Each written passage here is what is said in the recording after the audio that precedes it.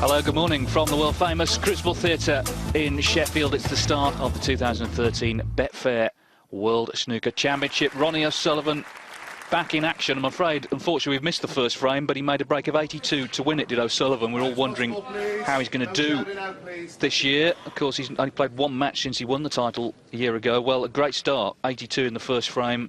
He looked very sharp, potted a good red to get in, and he did the rest. But it's a long way to go, of course. He's first to 10 in the first round. They play 9 frames in this morning session, and it's first to 10 when they resume tonight. 32 players here, the top 16 seeds plus the 16 qualifiers. Marcus Campbell is one of those.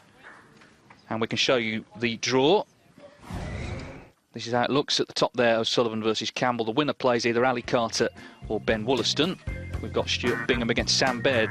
Wollaston and Baird, 2 of the 6 debutants this year. John Higgins, 4 times a champion, against Mark Davis. Sean Murphy, a former winner, against Martin Gould. They'll be up this afternoon. 2 former winners going head-to-head, Graham Dott and Peter Ebden. And, well, we'll come back to that later on, but we're ready, of course, now for frame 2. Well, Marcus Campbell knew, of course, today he was up against it. And already he's seen Ronnie O'Sullivan returning in good form, and that's a terrible break-off shot in frame 2. Well, 17 days of snooker here for you on Eurosport. Eurosport 2 right now showing Ricky Wald and Michael Holt, but we're, of course, staying with the defending champion, Ronnie O'Sullivan. Mike Allett is alongside me, and we've all been looking forward, Mike, to seeing how Ronnie's going to do. Indeed. This is the break-off shot Marcus just played in the second frame, and this is not the start that he was looking for, really. But, yes, you know, obviously we know that he's had, what, 11 months out, something like that? 11 and a half months, actually, something like that. But we know that he's been travelling around the country. We know that he's been practising with various players. He's been playing a lot with Peter Ebden as well. And he said that, Peter has said that Ronnie's been playing, in my opinion, better than I've ever seen him. So a good start from him, but there was a lot of hype, a lot of excitement as he walked out here this morning. And a strong favourite to win this match is Ronnie, 8-1 on to beat Marcus. But it's really all about him settling down, isn't it, really? But he's such a class act, such a great player that I don't think that really be a problem. I think he'll have the buzz anyway. But we know that Marcus Campbell can be a very, very gritty opponent. He's never beaten him, though. 4-0 to O'Sullivan on the head-to-head. This was in the first frame. Talk about O'Sullivan being nervous. Everyone's nervous. It's the World Championship. Marcus Campbell and everyone else here. But O'Sullivan's 82. He's a good sign if you're supporting him. First frame back. He's only played 1 match all season. That was in a PTC. Otherwise, he's not played since he won the title here 12 months ago. 12.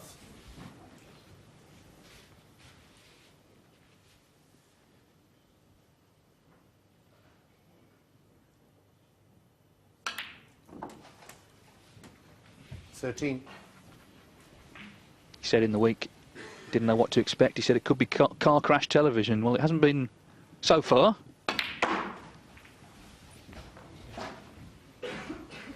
I think the real question in terms of him winning the tournament is when he meets one of the players who've been successful this season. We know the title's been shared around. If he goes through the event, he's bound to meet 1 or 2, and that's when the pressure will come on him, I think.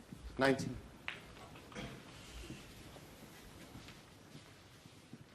Well, for me, the best 2 players this season, unfortunately for Ronnie, are in the bottom half of the draw. That's Neil Robertson and Mark Selby.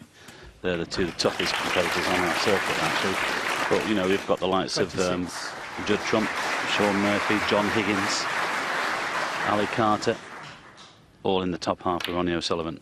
It's going to be a fascinating 17 days. A fascinating few days for this man, of course. But Marcus knows that with everything that's gone on in the few weeks before this tournament has started, that he knew that he probably might have his work on here today.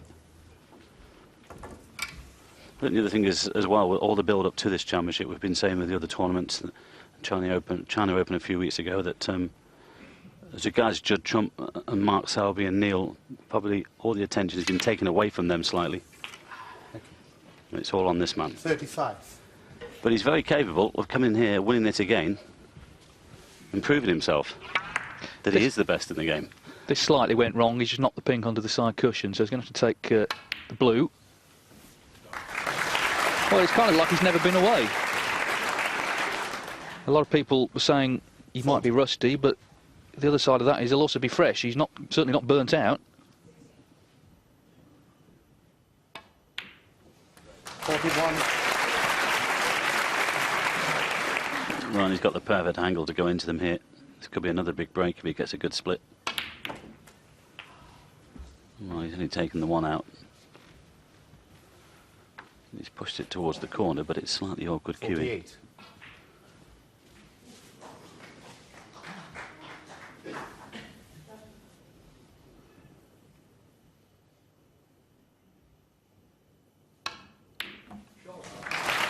Wow. 49. Brilliant. Could have done with a little bit more on the cue ball there. He's still got a shot on the yellow here. Come off 2 cushions. He's got to avoid the pink. He's missed the yellow though. Ronnie O'Sullivan. 49. Well, 49, but I think this red now goes, and this is the first real chance that that Marcus has had. He missed that red in the first frame from distance. As we watch the replay on the yellow.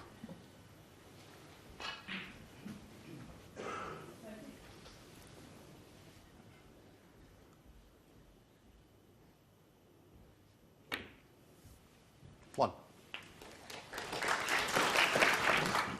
Well, this is a little tricky black here. Could play the blue, but he's looking at the black. There's no doubt that Marcus will be under pressure here.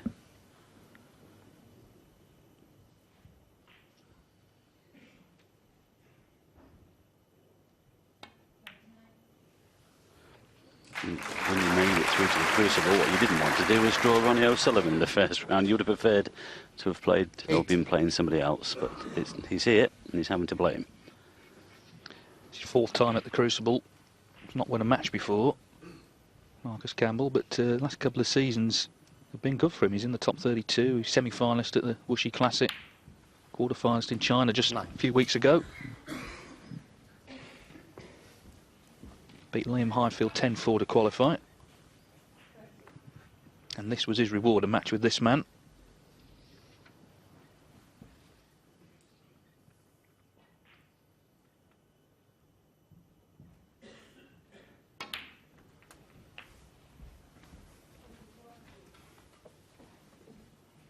The one thing in Campbell's favour is that he practices with... well, this was the yellow that O'Sullivan missed. Didn't get too close to it, has to be said.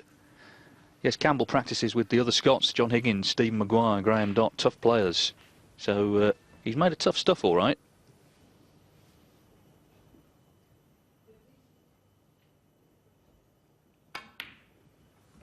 $70.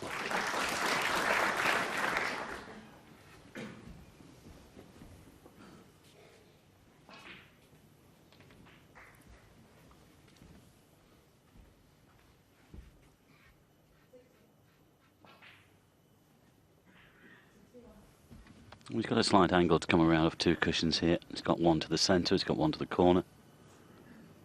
I think that kicked. And it's thrown a different angle. I'm sure he's played on the red to the middle, 24. but he's gone wide now. And this would be a tough red to take on, very risky. I think he might just have a look at this again. There's the black, it just bounced off its spot. He might even just play a safety.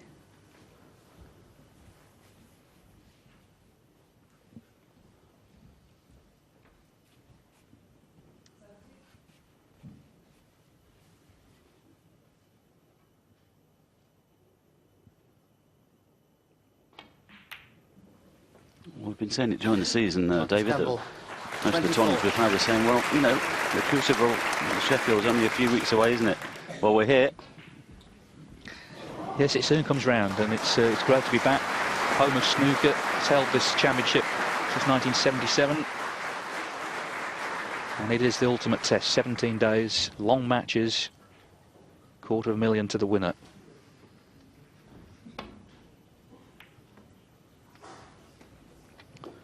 See him applying the left-hand side on there, just to swerve around the green.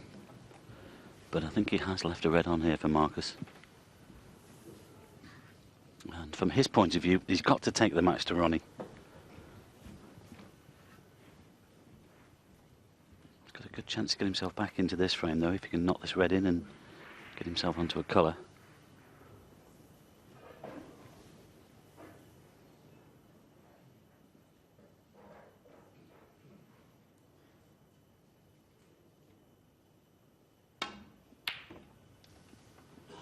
A bit wide. Just depends what he's left. Well, it's not bad.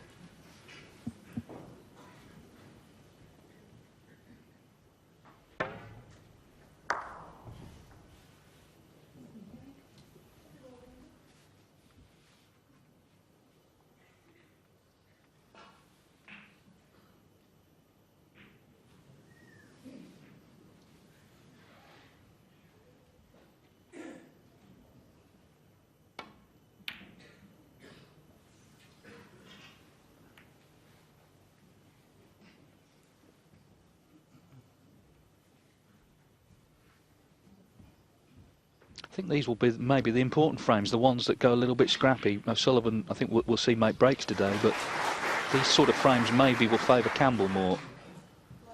So for that reason, he has to win them.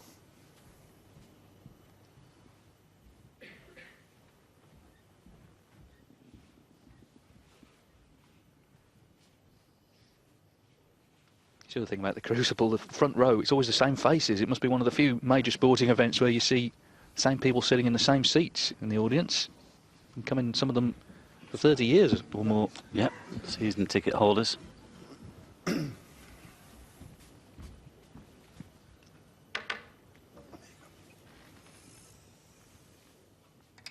One gentleman comes all the way from Australia.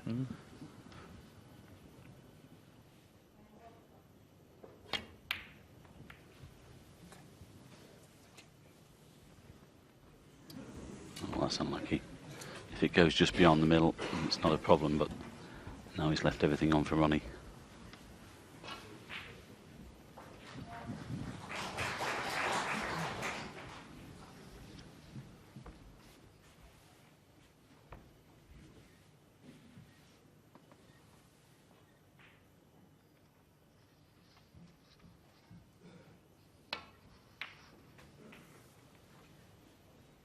One.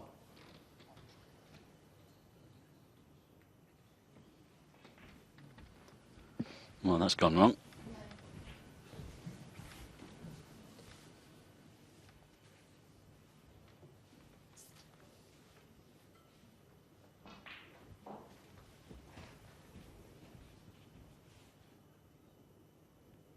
Ronnie O'Sullivan, one.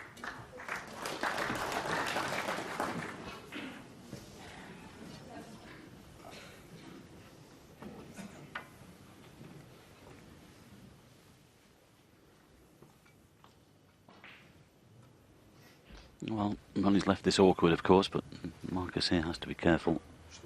He's got to hit this well, otherwise he could leave things on here. Just enough room to get the cue in. That's why I think there was a little bit of disappointment on Ronnie's face there. They didn't quite play it as well as he would have liked to have done. He would have liked that white to be a little bit nearer, well, further over to the right.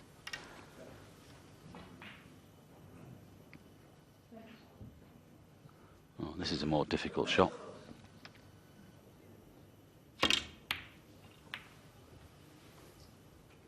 Yes, downward striking.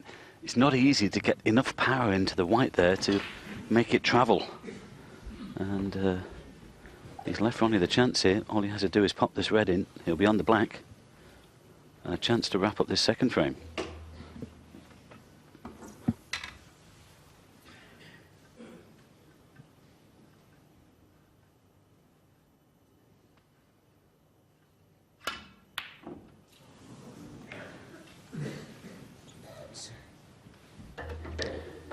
Well, the red's not in now. This is a definite chance for Campbell. Made that flying start with the 82 in the first frame, but he's had a couple of chances to win this one. Hasn't quite done it yet.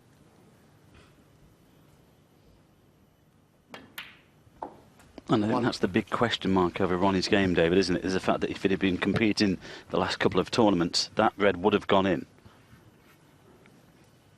There's always that little bit of doubt in your own mind as well. There's always you're challenging yourself in the mind. That's what this game is all about.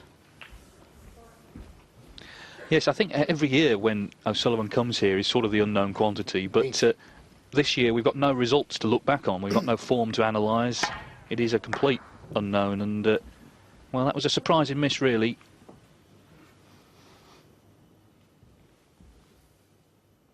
This time of the year is where the players are all playing well.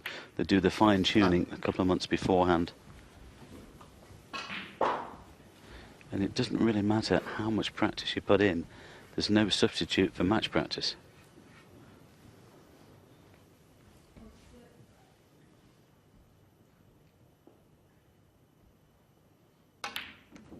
Just landed a little bit straight on this black, but I don't think it goes to the corner, but you can pop 16. this into the middle.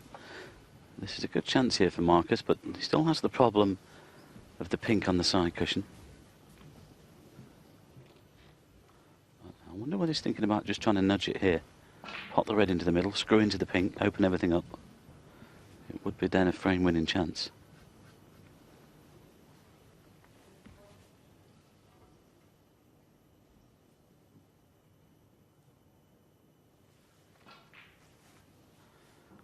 Not sure whether he was happy about the angle.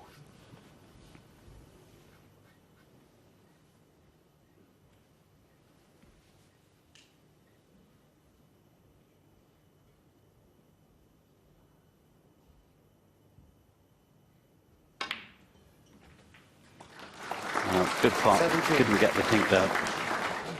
He's got a good angle on the green though, just on over for the yellow. Could have done with the white a little bit more into the middle of the table. But of course he was looking to contact the pink. Only just missed it.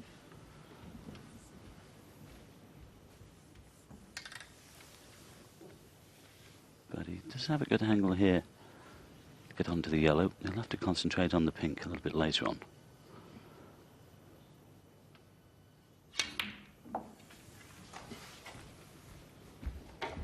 I think it's important for Marcus to stay with Ronnie in this first session, David. He knows if he does that, and he also knows that Ronnie's been out of the game for a little while. He won't be as sharp as we'd expect him to be. So if he stays with him in this first session, he's got some chance tonight. Yeah, he's got to put him under pressure, that's it, isn't it? And if he could win this frame from here, he might do that early on. Still that pink, of course, to deal with, though. 22. And that's not a great shot. It's a poor positional shot, really. And he knows it. He knows this is a good chance. And it wasn't the time to throw one of those in. Now, he's got choices here. He could cut it into the centre, or put it into the corner and take the white around the table.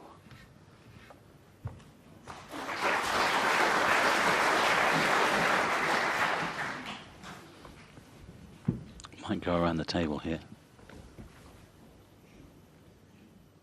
You never know, there's a possibility he might just clip that pink off the cushion and stay on the brown.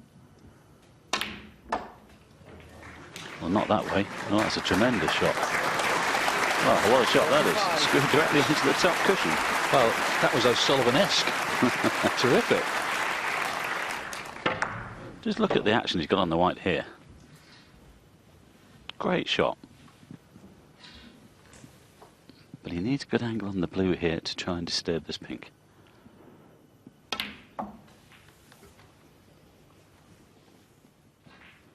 And it's not bad.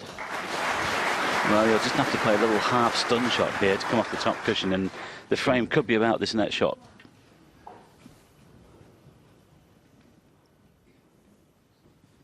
Always difficult to judge these when you're just playing a little stun shot, or possibly with a little bit of check side, just to get it right.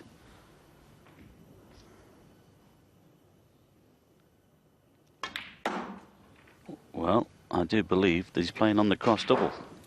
34. Well, this would be interesting. Well, just look where the white's finished. But it's gone far enough to be able to play the double. I think he's going for this. Oh, well, he's had a couple of chances in this frame to put it away. If this goes in, he should land on the black.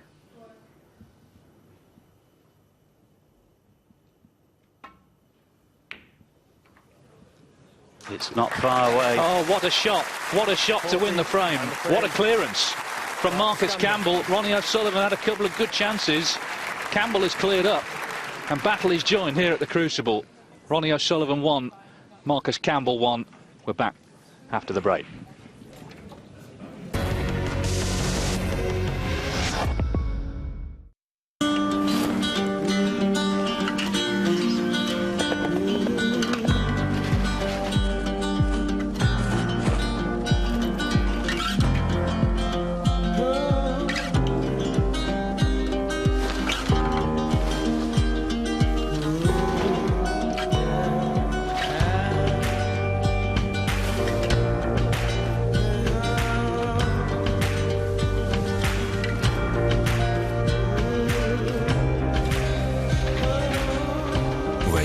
freshness, the perfume, a new elsewhere.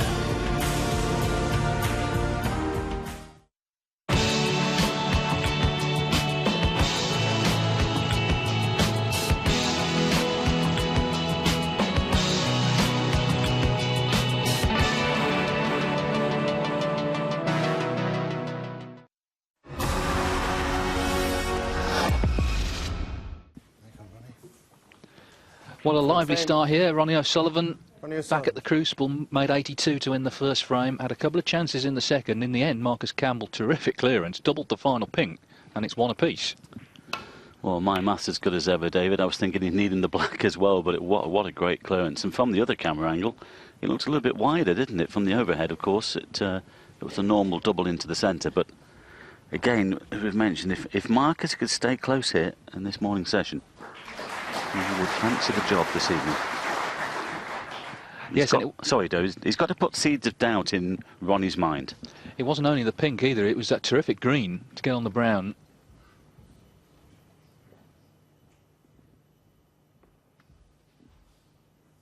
He's got that one in as well. 1. I've never known a World Championship before where there's been so much focus on one person. There's 32 players in this tournament. And in a way, it's done them all a favour. Everyone's been talking about Ronnie O'Sullivan. Everyone else has just carried on practising and getting ready for the championship. Few people were expecting Marcus Campbell to win this match, but there's every reason for him to come into it full of self-belief. He's had a good couple of seasons. You'll have heard that, as we always say, beat Stephen Hendry once 9-0. That was a long time ago, 14 years. Played much better of late than he did then. He was kind of a freak result back then, but the last couple of seasons has been very consistent.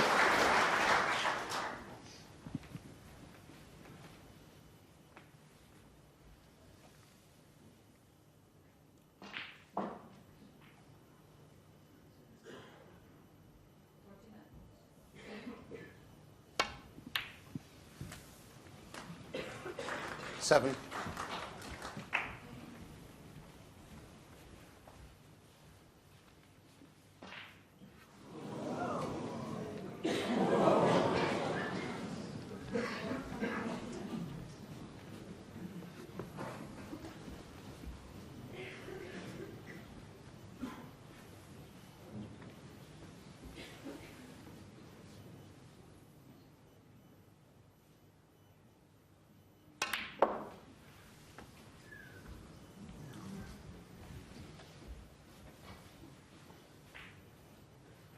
Ten.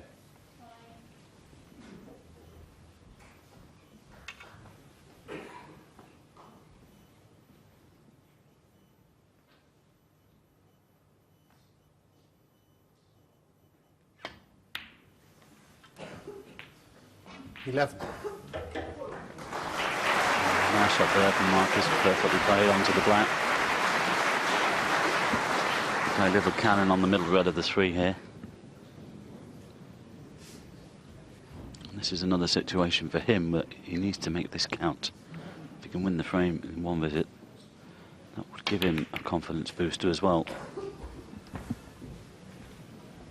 Yes, and it's such a great occasion this morning. You know, the anticipation 18. and the reception that O'Sullivan got was incredible. But that might just make Marcus Campbell rise to the occasion. This is a big deal for him. He knows everyone's watching. 19. Been a big build-up this week for the championship, and he may well raise his own game because of that. Quarter-finalist recently in the China Open, so he's been playing well of late. Played well to qualify, beat Liam Highfield 10-4.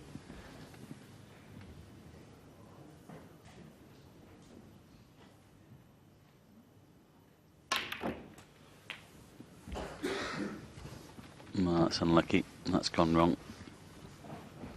I think you might still have this red above the black. Trying to just open them up a little bit more. Just got a glancing blow on that first red. Yes, he can chip this one in.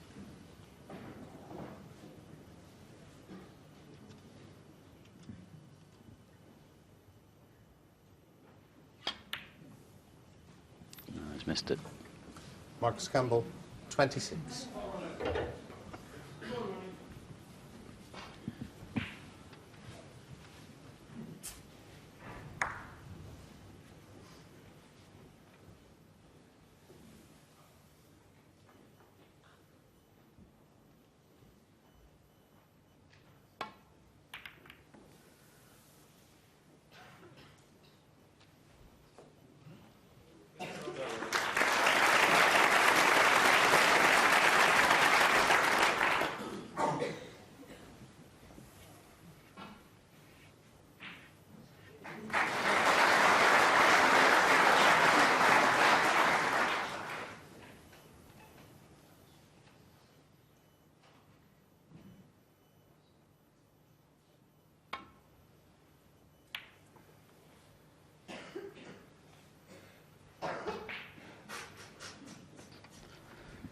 bit short of pace there. He's inviting Ronnie to knock this red in there down the left-hand side.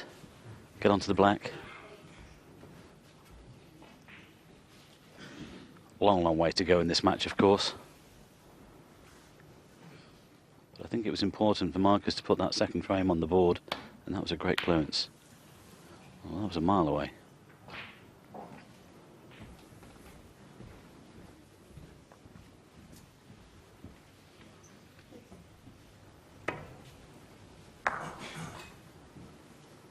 I think that's the point, isn't it, about, you know, he's been practicing hard, but when you're practicing, you don't have the cameras and the audience, and it's not a tournament. So, I mean, everyone's playing well in practice, of course they are, but it's the matches that make the difference, and he's not had any. Well, we all know, Dave, we all pretty know just that what's going on in all sport in the fact that's just what Marcus played the shot. It doesn't matter which sport it is, especially in individual sports, in the fact that if you've been out of it for a little while, you lose the edge and everybody goes past you. They fly past you. It's as simple as that. And it's very, very difficult to take time off in any top sport and come back and hope to play as well as you were doing 12 months before that. So this will be an interesting encounter here between these two. It'll be interesting to see how Ronnie himself, with all of his talent, copes with it. Because Marcus will be aware of all of that, irrespective of all the hype and the press that's gone before and before he started today. He knows he's got as good a chance as any to put himself into the second round. But he has to make sure that he delivers the goods.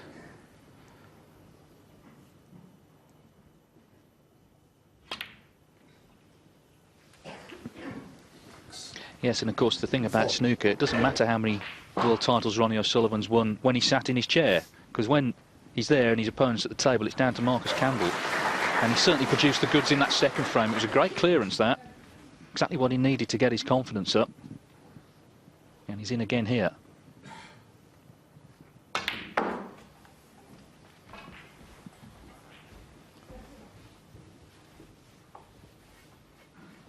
Nine.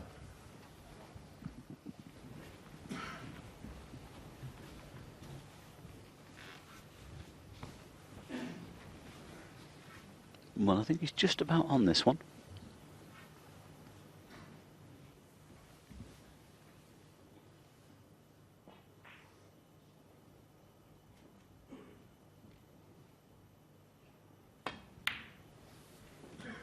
Ten. He also seems, I don't know Marcus that well, but he seems to be the sort of guy, very down to earth. I don't think hype is really something he's too worried about. He just concentrates on his own business here. Indeed.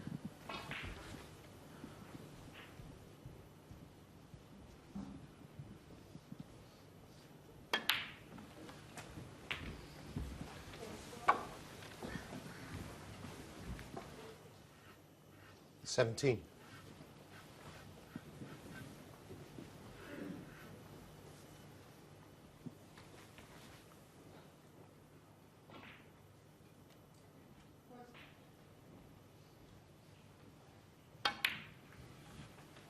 $18.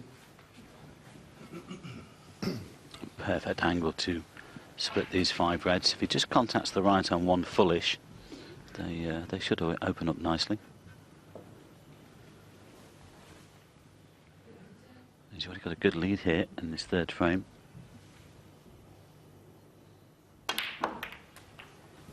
Well, that's perfect. Great shot. 25.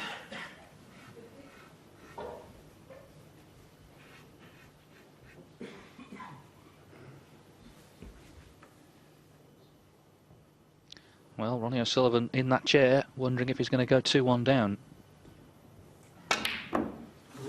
Well, it was a great chance, that. Marcus Campbell, 25. And those are the sort of chances when he gets them that he has to take them fully.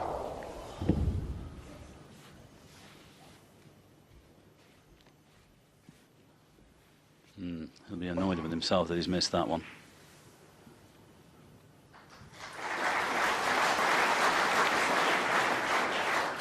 One.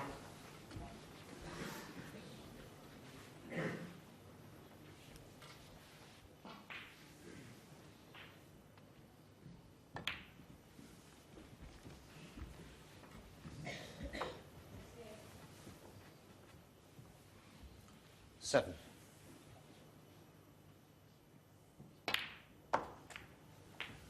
Eight.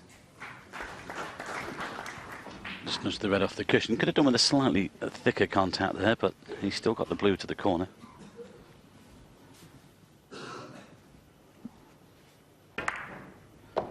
Watch the replay again. Yes, wanted about a quarter ball contact would have been nice.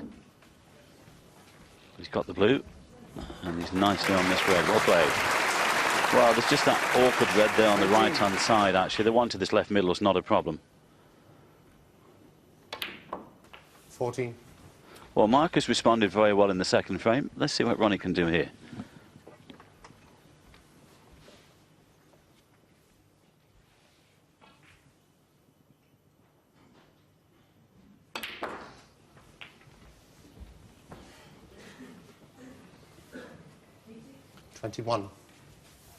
He knows he should be 2-1 up, really. It was a good chance, that 51-0. The Reds nicely spread. 22.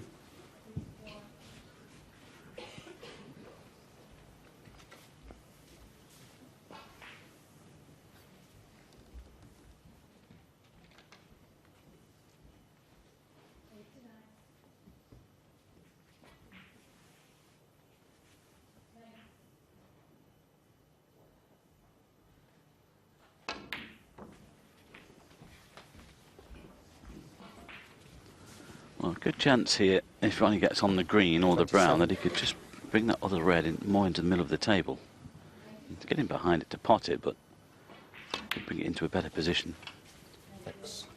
Yes, he'll play off the green here. Now, I wonder whether he might just drop him behind it for the centre, or will he try and put it into a better position?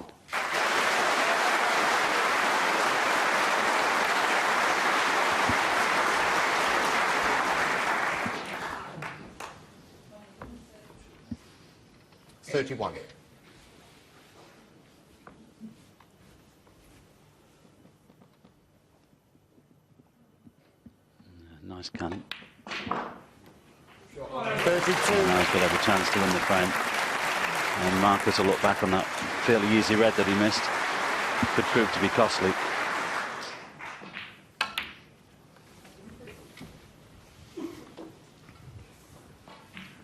Yes, he was on top after that good clearance in the second frame, looking to press on, but that one miss, and suddenly the momentum has shifted again. 37.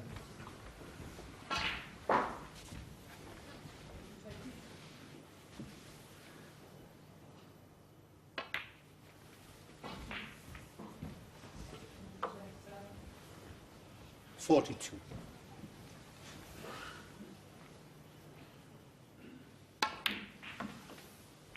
$44. Here it was, 51-0 up.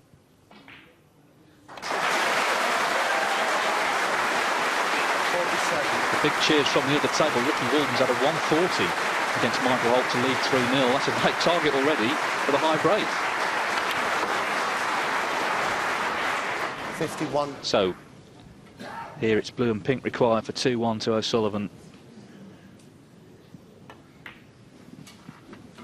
And they're not hanging about, these boys, are they? Third frame completed in an hour. Well, Marcus Campbell had a great chance here to take the lead, but that's a good clearance from Ronnie O'Sullivan. 62 to the pink to lead 2-1. Really interesting start to this year's World Championship. O'Sullivan has his nose in front. We're back very shortly with frame 4.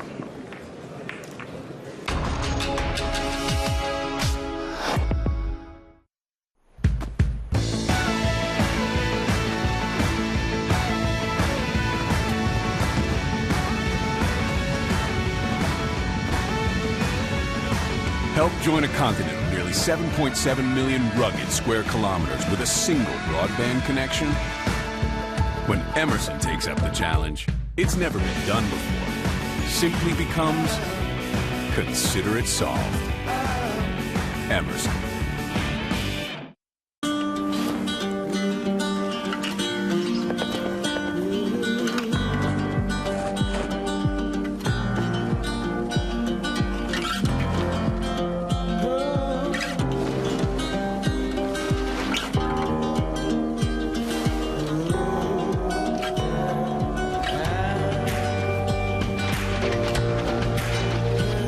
voyage d'Hermès.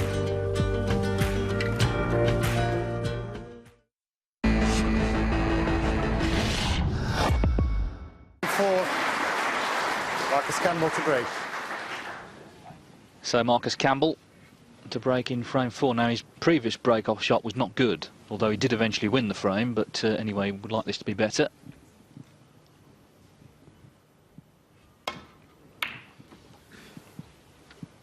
I think it's at the early stages as well, Dave. He's settling down to the conditions, isn't it? You know, the way the balls slide. It's a brand new cloth, just finding how the cushions react. And his last break off, he caught the reds a little bit too thick. So sometimes with these very fine cloths, they tend to push the white into the reds first before the side reacts.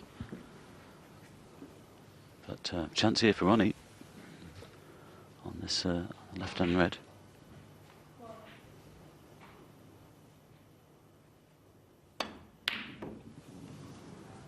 He's gone in off as well.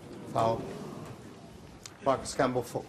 Well, those are the sort of shots that you get found out when you've not been playing a lot, especially in matches. He has missed a couple of long ones so far this morning. Worst thing about that, though, the in off. You can see he's well, welcome back, Ronnie. This is what you've been missing all year.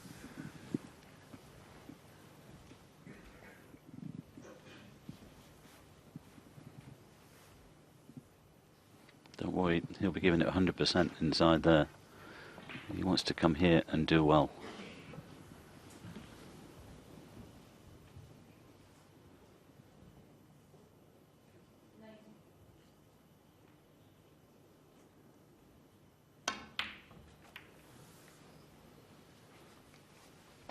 One. Right, clip the pink, he's okay. Good angle on the yellow to play on this red that's nearest to the pink.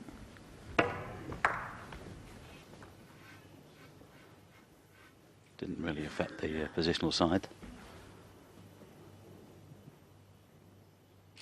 He's playing the blue. Into them, perhaps?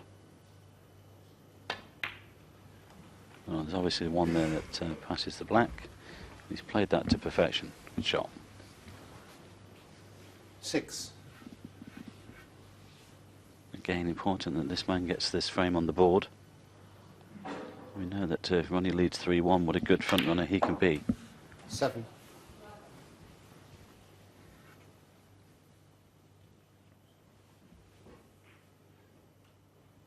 can see there from that shot just how small this venue is, this Crucible Theatre. Very close to that dividing wall. We've got one Campbell here. Remember John Campbell from Australia? David, what was he, 6'5", I think, wasn't he? Yeah, tall bloke. Mm.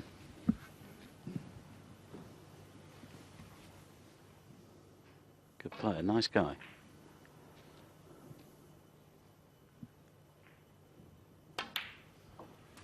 That was the, hang on, 15. that was sort of the area where there's Warren King around, Glenn Wilkinson.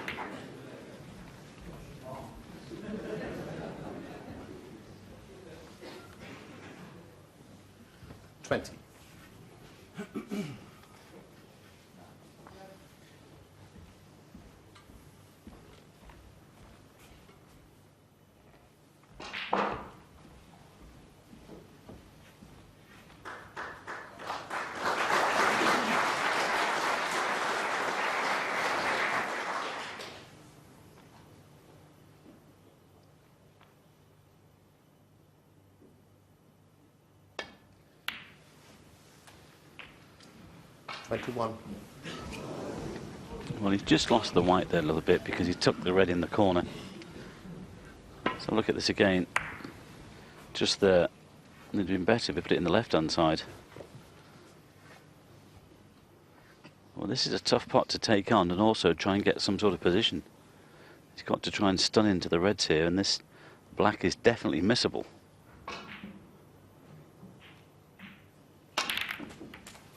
Great shot.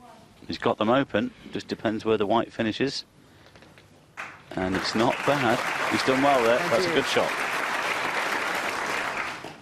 Well, a little bit unlucky to leave himself awkward on the one into the middle, but has the one into the corner as we watch the replay. He's been very positive so far, hasn't he? You know, he's not turned much down. Yeah, and he needed some sort of contact there, which he got. But you're absolutely right, David. He's not shying away from the shots. 29. And again, you know, we keep going back to it, but he knows, Marcus is aware that he's got a full season under his belt, you know, whereas Ronnie hasn't. And that could just make the difference when it comes into this evening's session. We shall see. It'll be an interesting day to see how things unfold.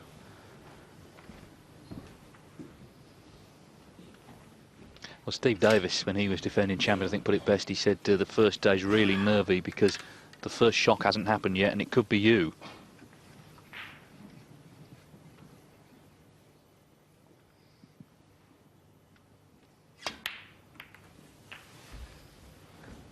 Only time I want to hear those words, David, if it's the lottery. Well, of course, you beat the defending champion famously in 1986, didn't you? Beat Dennis Taylor in the first round when he was defending champion. Yeah. He conceded, didn't he, with his hanky on his cue, white flag.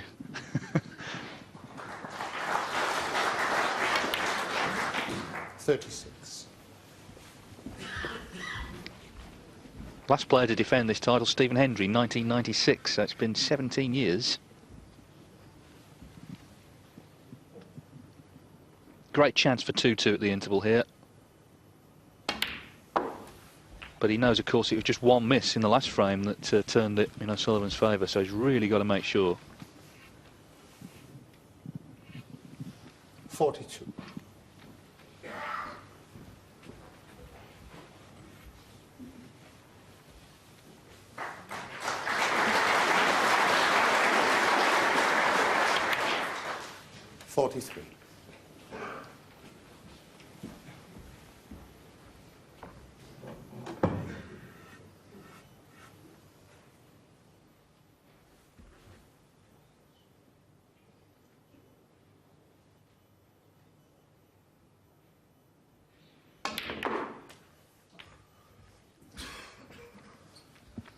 Well, they're just stuck.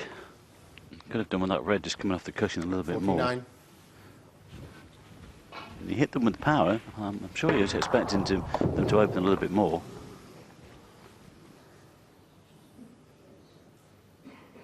Still chip this one in though.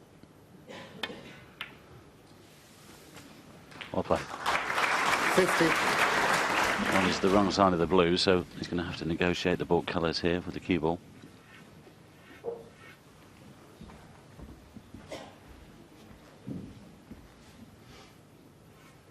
Things with these shots, if you're playing them sort of up and down, okay, you can avoid the colours on the way in, but you often hit them on the way out. If you go in sort of back cushion and side cushion, it's not a problem. Which he has done on this occasion. Now, I'm not quite sure what he's played on there. He's played on the left on red. 55. That's left corner, but he didn't get enough action on the white. He needed the cue ball to be in the middle of the table. That's a poor shot.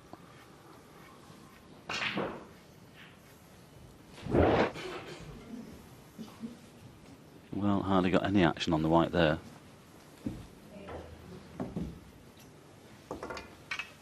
Well, he had a great chance to win the last frame, and he's played a poor positional shot there when he was had a good chance to win this one. And he's not over the winning line yet. Campbell. 55. 55, but will it be enough?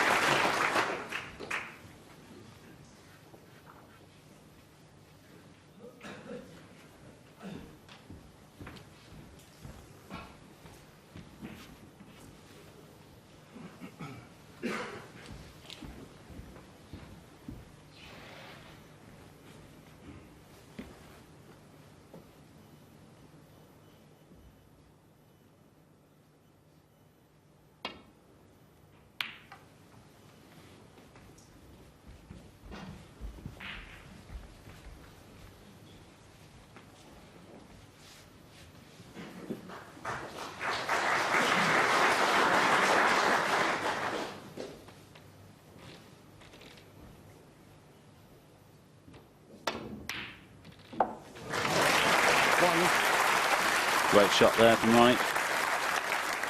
Again, he's just lost the white a little bit. He might take on the brown. Could tuck him behind it. Yes, he's just going to wait. Ronnie O'Sullivan.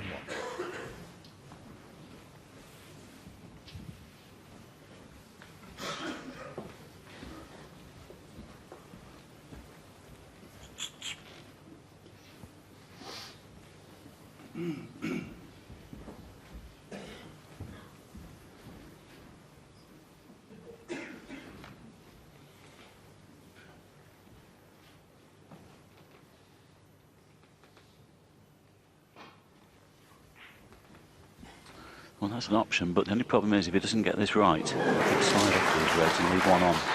It's got to be dead weight. Well, he's underhit that, I think. Foul. And a miss. Oh, no. Ronnie O'Sullivan. I think we'll go back. Gambas officiating, as he will be for the final in 2 weeks' time.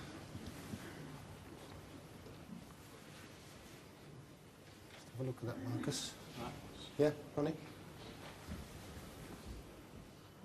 He had a good angle, just needs a little bit more weight here. This is better, but doesn't want to slide off it.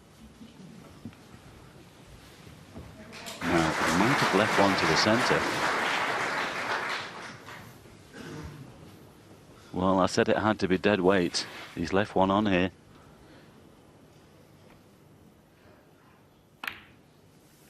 Well, this is a great chance for Ronnie to get right back into this frame and lead at the interval 3-1.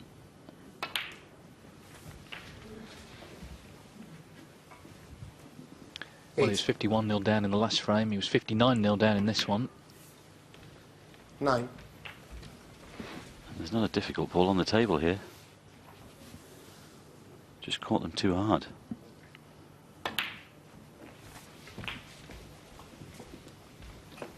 Well, it's been 2 key errors from Campbell. The 16. misread in the last frame and then just lost position in this one when he was nicely in again. I feel he could have been ahead at the interval, maybe 2-2. He could be 3-1 down. Well, if he gets beat today, you could look back on those. About the early chances he had in this match. We shall see.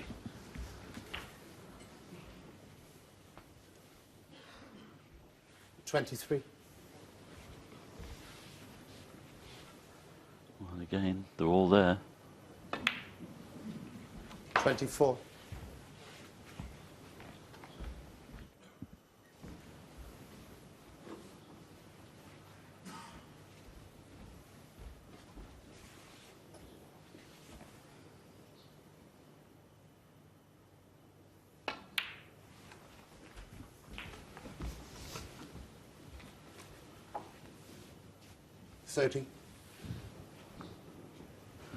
Possibly 2 frames he should have won, 31. 1 at least.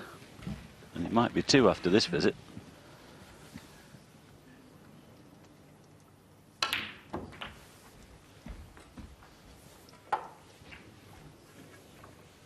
$38.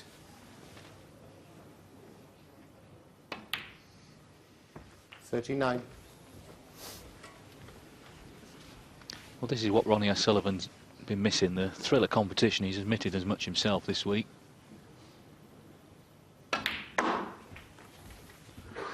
Oh, hang on. He's okay. Yes, he popped into the Masters, didn't he? The Ali Pali. He'd had a look round there. Thought, 44. yes, why am I not out there?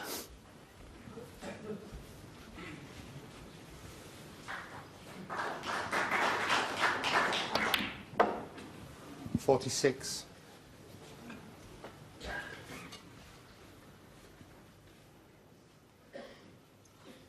He's up to and including the pink. For a 3-1 interval lead.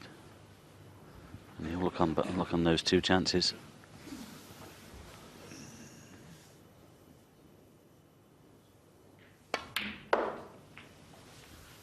Well, Ronnie's had a quick glance at the 49. scoreboard. He knows what he's got to do here.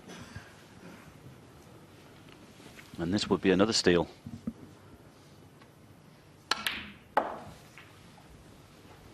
Yes, he hit the ground running with that 82 in the first frame. It's been much closer since then. As I say, Campbell could have been 3-1 up himself.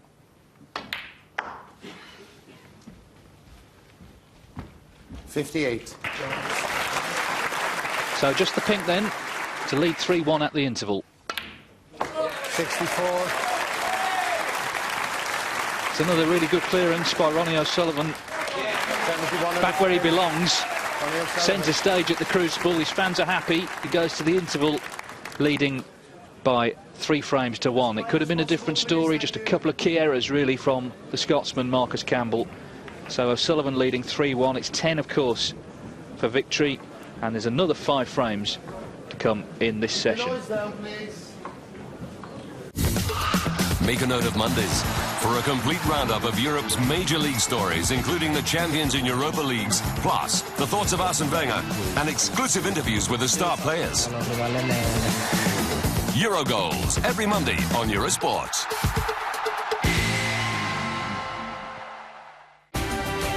Hanguk-Tar, official partner of the UEFA Europa League. Get connected to sport. Megaphone.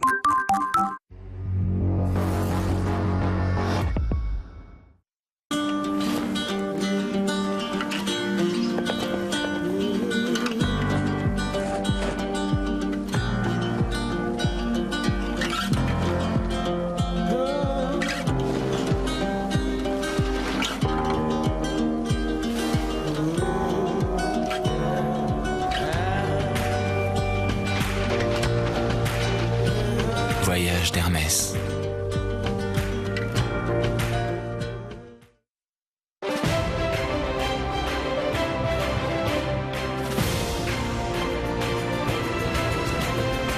The UEFA Europa League.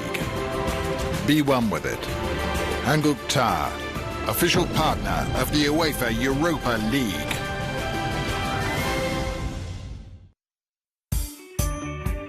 Every day is a new challenge, an opportunity to make a difference. Since 2005, FIFA has supported over 200 social development programs. FIFA's Football for Hope initiative is helping to change lives and bring hope through the power of football.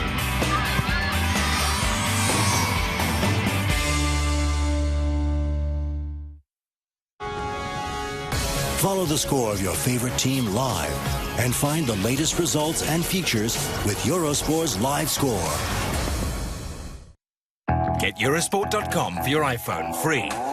Every day sees full and expert coverage of sports news with dozens of articles and an easy one-stop video section that lets you live and relive the very best moments of sport. Follow all the scores, fixtures and tables live. Eurosport.com, the reference and sport apps available on the App Store. Eurosport Player is the multi-screen service of the Eurosport channels.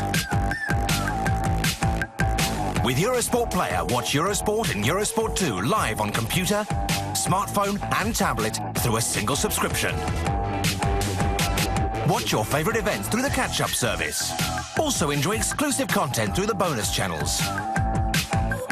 Eurosport Player. All sports, all emotions.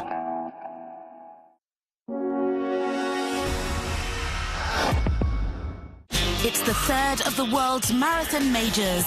It's held on a course for sightseers and a course for record breakers.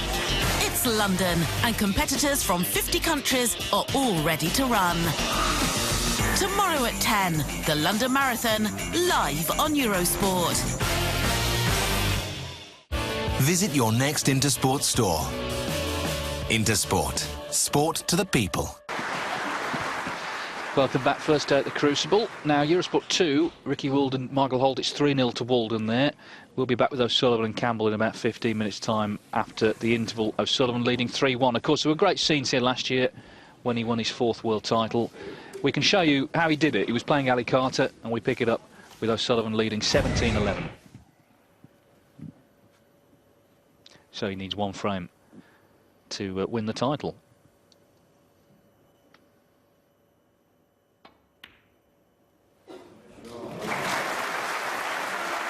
And of course, he had his young son, Ronnie Jr., with him. There he is. Certainly, you can see the likeness.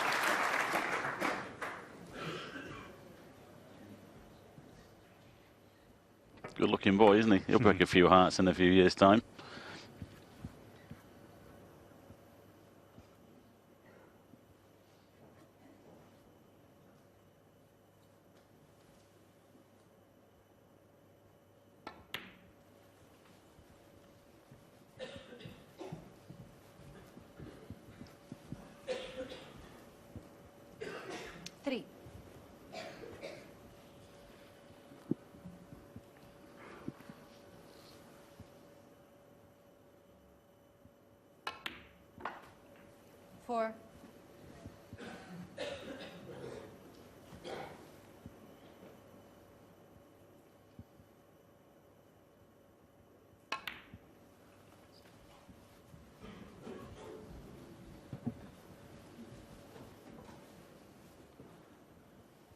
this is the chance Ronnie's been looking for to capture the title.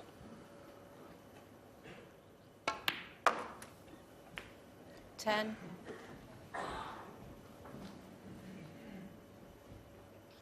It's got to be said, really, in this final, Ali Carter really didn't get his teeth into this final against Ronnie. He's been playing catch-up most of the time and hasn't been able to get close to him.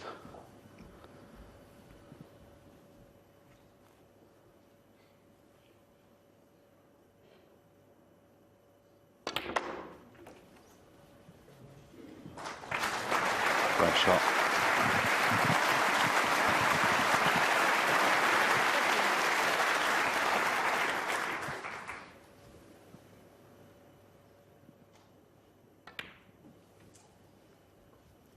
$16.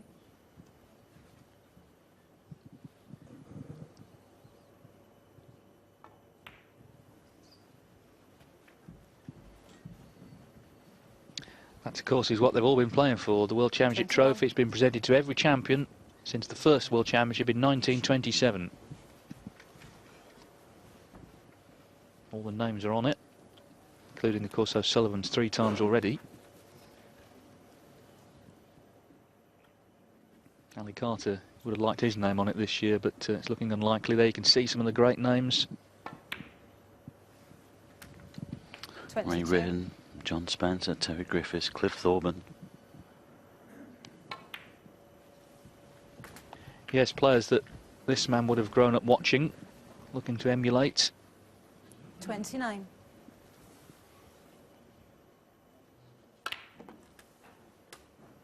$30.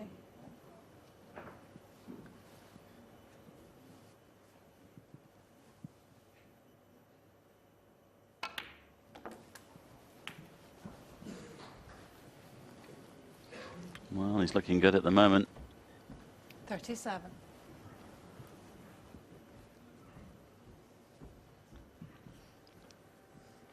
His son's hoping that he can do the deal here and take his 4th world title. 38. A couple of balls away from that happening.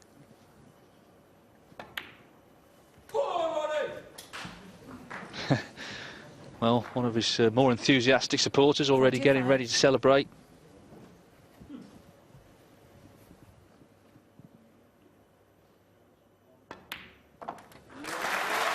He still needed that red, though.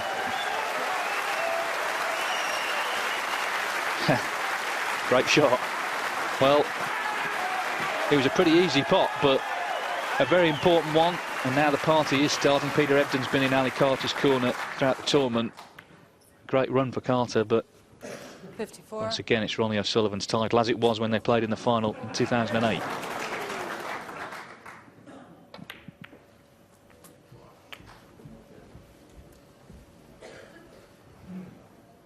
$61.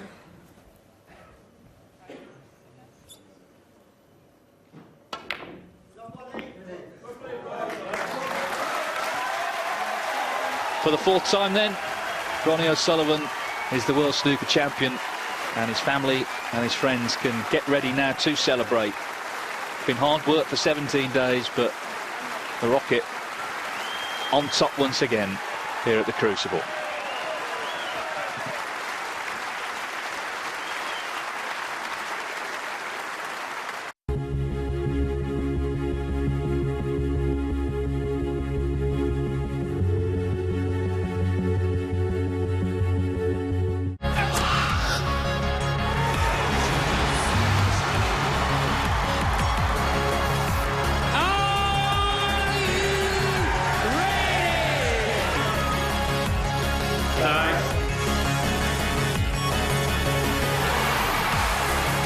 Is our champion. Well, for a manager, it's very few emotions. He suddenly wakes up to the fact of exactly what he has achieved. This was the look at that! Perfectly delivered, and he's just said goodbye to everybody. Magnificent ride, brilliant win. The Rocket, Ronnie O'Sullivan. He has to be mentally strong himself, as you say. which he is normally. And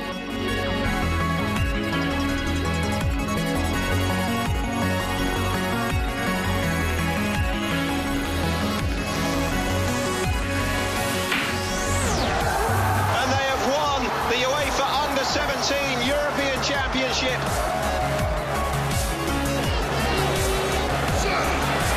Yes, he can. Fizzed in again, and that is the opening goal, this time for Germany. Outstanding action. Extreme emotion. That's May on Eurosport.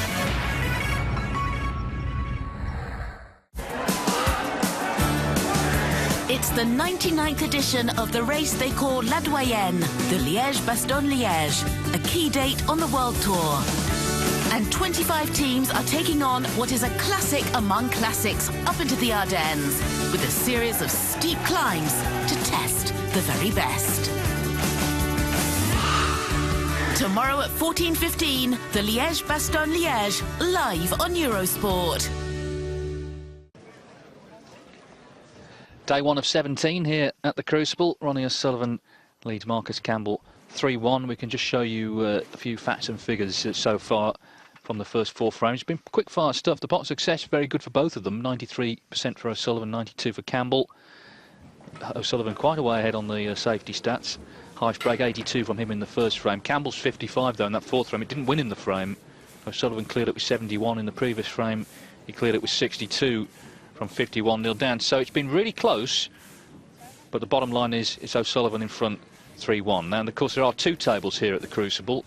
The other match is Ricky Walden against Michael Holt. Walden had a 140 break earlier on in this match, which was a terrific way to start. And here in frame 4, he's just a couple of balls away. And in fact, this blew, and Holt needs a snooker. So 4-0 to Walden.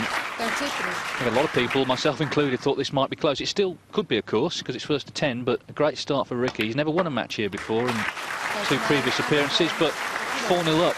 Michael Holt missed a blue early on in one of the earlier frames when he had a good chance to win it. Blew off the spot, and that could be a big moment in that match. It's on Eurosport 2 when they resume in about 15 minutes, with Ricky Walden leading Michael Holt 4-0, and they conclude tomorrow morning there. As I say, 10 frames needed. These are long matches, so plenty of time for things to turn around. And these intervals do play their part as well, but obviously Walden the happier of the 2 at the moment with that 4-0 lead. Great scene there from the back of the Crucible with that dividing wall coming down. Of course, we go down to 1 table for the semi-finals and the final. And we wait for the return of O'Sullivan and Campbell. O'Sullivan, I think, will be delighted so far. He knows he could have been behind. The long potting not been working. Well, there at last are the stats for Walden and Holt. Great stuff from Walden, 96% on the pot success. Not missed a long ball yet. He leads 4-0. That's going to be Eurosport 2 when they return after the interval. When we return after this break, the resumption of Ronnie O'Sullivan against Marcus Campbell.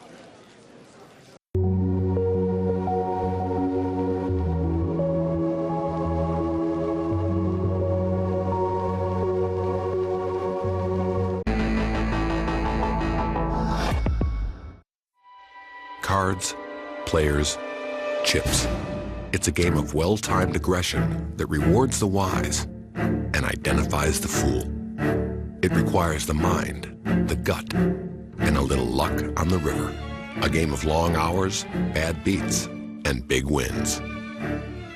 Where the odds can be tested and the rush of uncertainty keeps us coming back. FullTiltPoker.net. It's where we play.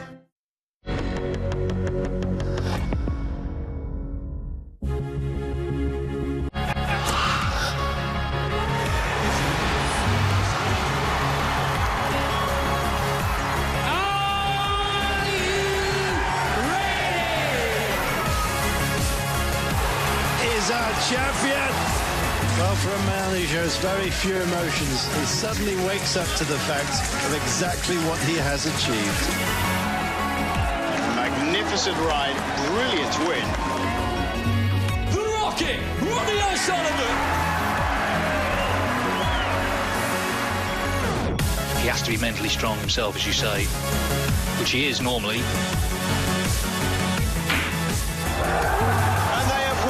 The UEFA Under-17 European Championship. Outstanding action. Extreme emotion. That's May on Eurosport. In the heat of the crucible, the suffocating intensity of the silent struggle for world supremacy, with everyone scheming to steal the trophy from the mercurial Ronnie O'Sullivan. The World Snooker Championship from the Crucible, tomorrow at 13:15, live on Eurosport. Crucible Theatre in Sheffield, 2 weeks every year. It's transformed from a provincial theatre to a sporting mecca. This is where snooker fans come every year, and for the first time ever this year, ticket sales have gone through the £1 million mark, so that shows the interest that there's been once again in this great World Championship this year. Of course, a lot of focus has been on Ronnie O'Sullivan in the build-up, but there are 32 players here. It's the top 16 seeds pitted against the 16 players who've made it through the qualifying. 6 of those are debutants. Ben Wollaston's one. He'll play Ali Carter, of course, runner-up to O'Sullivan last year. Sam Baird won 4 matches to qualify. He'll play Stuart Bingham. John Higgins, a tough opener there for Higgins against Mark Davis. We've got Sean Murphy, Martin Gould. That starts out this afternoon. Repeat of the 2006 final there. Graham Dott against Peter Ebden. That one might take a while to sort out. Matthew Stevens, former runner-up here on 2 occasions, plays Marco Fu. And Judd Trump, of course, who hasn't had the greatest of campaigns since the new year, since he lost first round of the UK Championship. He plays Dominic Dale, who played last year in the first round. He beat him 10-7 last year. So Judd Trump against Dominic Dale. This is the bottom half. Neil Robertson, a lot of people's picks this year. He won in 2010. He plays Robert Milkins. We know, of course, Walden is 4-0 up on Holt at the moment. Mark Williams plays another debutant, dangerous young Welshman, Michael White. Steve Maguire against Thailand's Deshawat Poomjang. Mark Allen against Mark King. Ding Junhui against Alan McManus, who's back there after 7 years having not qualified. Barry Hawkins against Jack Lazowski. That starts this afternoon. That's an interesting one as well. Jack played very well to beat Trump in China, in Beijing just last month, got to the quarterfinals there. And Mark Selby plays one of the other debutants, Matt Selt. So a very interesting lineup, I think, this year. And of course, all throughout the season, the title's been shared around among the big hitters in the game. So it's going to be fascinating as ever to find out how it all unfolds over the next 17 days here, and we'll have it all live for you, of course, on Eurosport. May the 6th, someone will be taking away that famous old trophy and the £250,000 first prize. Defending champion Ronnie O'Sullivan, and he is the last defending champion, believe it or not, to get past the quarter-final stage of this tournament. That was 2002, so 11 years ago. All the others have since then fallen by the wayside pretty early on. Of course, no first-time champion has ever defended the title. The last player to actually defend it, Stephen Hendry, in 1996. Of course, Hendry last year retired. So sadly we won't be seeing him here at the Crucible this year. Well, these are a few stats about the players' performances at the Crucible. This is O'Sullivan's 65th match. He's won 48 of his previous 64. Campbell's only his 4th match here. He's not won a match before at the Crucible. And look at the centuries there. O'Sullivan 118 at the Crucible itself. Campbell has made 54 in his career, none here, highest 85. And you can see there a lot of frames played by O'Sullivan and a lot of frames won as well. It's his 21st appearance here in a row. He's played here every year. He's been a professional. There were, of course, question marks this season, but he made his mind up to come and play, much to the delight of all the fans, of course. And at the moment it's going well. He leads 3-1, and it's a great record, which of course he's looking to add to. 4 titles. He said he'd like to win one when he's in his 40s. Well, he's 37 now. He's already the oldest champion since Ray Reardon in 1978, and he wants more. And we wait. It's been a long interval this. We wait for the players to return. There's another 5 frames to come, and they play first to 10 tonight. I guess, Mike, the danger for Campbell, now Sullivan's ahead, he could pull away in this session. It'd be very difficult to beat tonight. Well, that is the danger, because we do know that how good a front runner Ronnie can be. We shall see. It'll be very interesting in the next 5 frames. We said that he had to stick with him. Hopefully he will do. Well, we're waiting for the players to come back, so we're going to take another short break, and then we'll be back with more live snooker.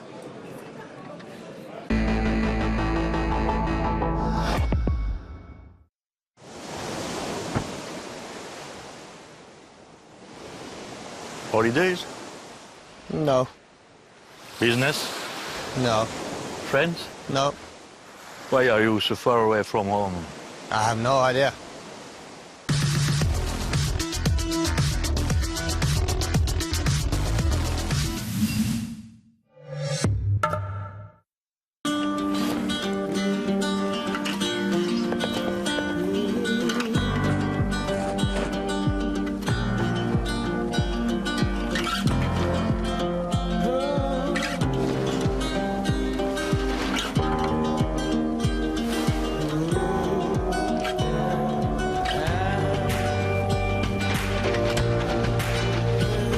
voyage d'Hermès.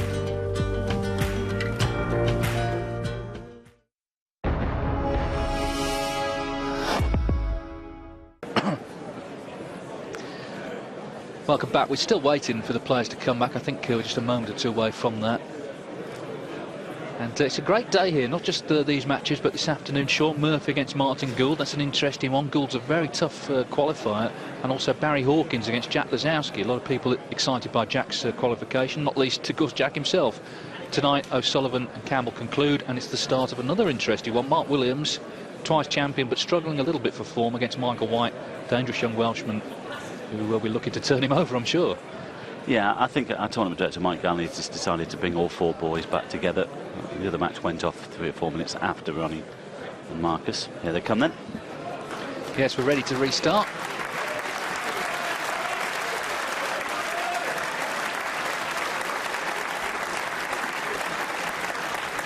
Well, it seems they haven't done. It's a long interval, that 21 minutes. They're supposed to be 15, but at the mercy of the host broadcasters. Anyway, we're back now, so 5 frames to come, and an interesting phase now, an important phase of this match, because, as I say, if O'Sullivan can win this little mini-session now, he'll have a good lead when they come back this evening. Thank you, ladies and gentlemen. Frame 5. Ronnie O'Sullivan today.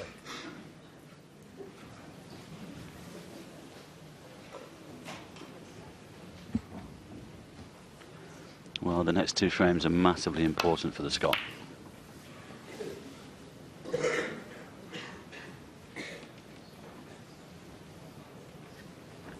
He's left a red on as well. Marcus might take this one on to the right corner.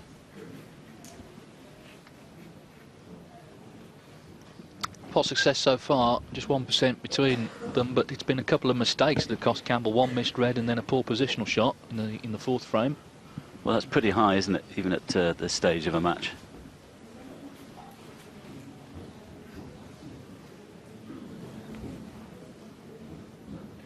Well, he needs to up his game there.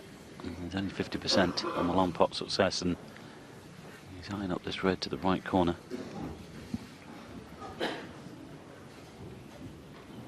My apologies to Mike Ganley. I thought he was bringing the 4 lads out together.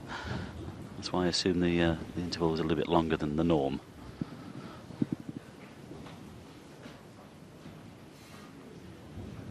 This is not easy, though. Ah, well. There you go. 1. Well, it won't be the last fluke we'll see this tournament, but it was a pretty spectacular one. Well, if you blink, you'll miss it.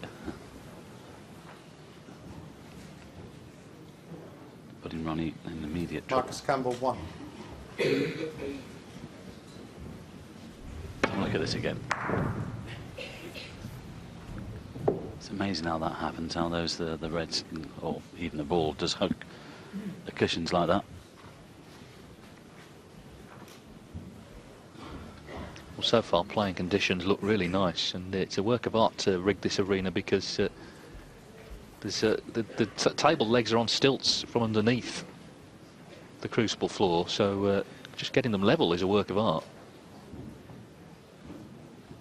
Acro props they're called, rather than stilts, but that's the that's what I call them. Yeah, you might have just slightly confused our audience there today, thinking that the legs go right through the floor, but they don't.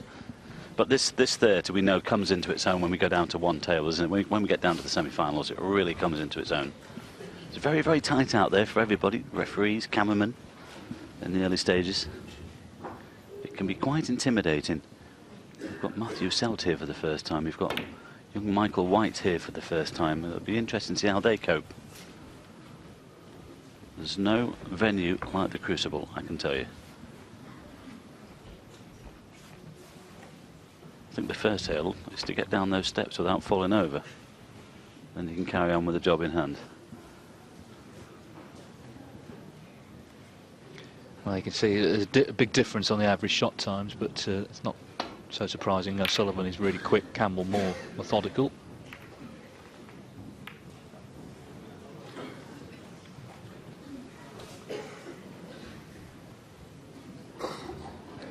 Well, you're always looking to avoid the bulk colours. with the safety shot. Again, there's a definite tempt on the left-hand side. I wonder whether the markers can see this one on the right-hand side, near the right corner pocket.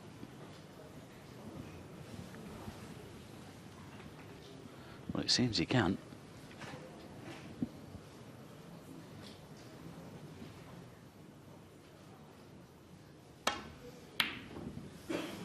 Unlucky.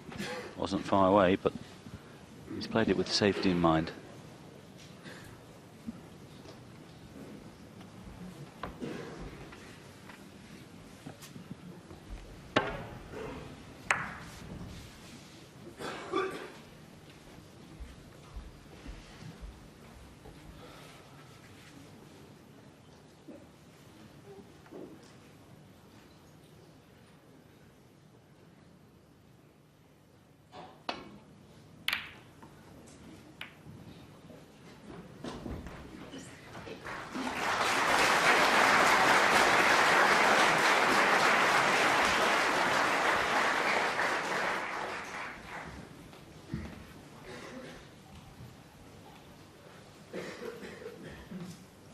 Well, there you see, just an hour's playing time. It's been pretty quick so far.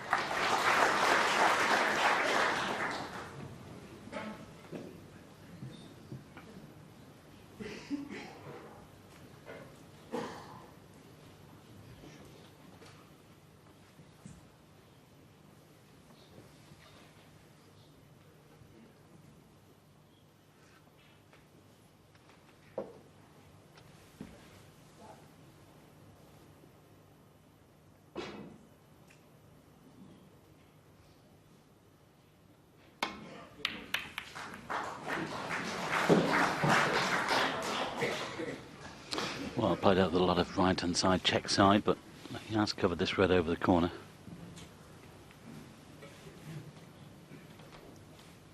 That's Ronnie's problem now, but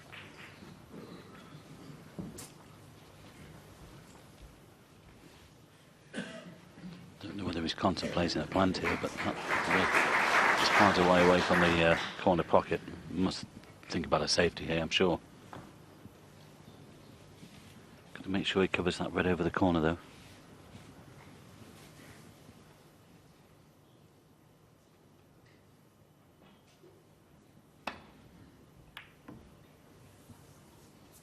Well, he's caught the knuckle, but it seems that it's okay. Well, just about back in the same spot.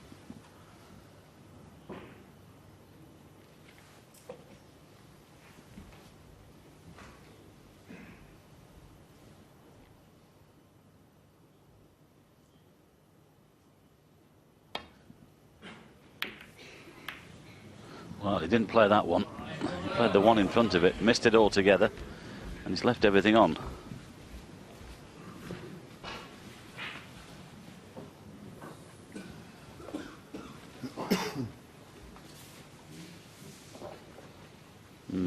He knows. Let's have a look at this. He's played the one just in the middle of the table there, a thin contact, and this could prove to be very costly.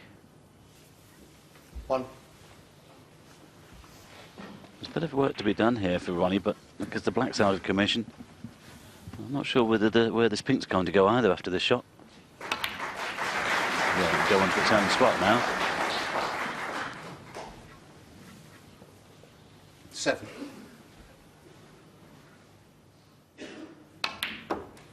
8. I think we was expecting more mistakes from Ronnie's cue, David, here, really, because of the time-out that he's had, but it seems it's the other way around at the moment. It's the Scot that's making those unforced errors. Well, he made 2 good clearances, O'Sullivan, to win the last 2 frames, which bodes well 14. for him. Playing himself back into it here, and Campbell's just giving him 15. those openings, giving him the chances, rather than putting him under pressure.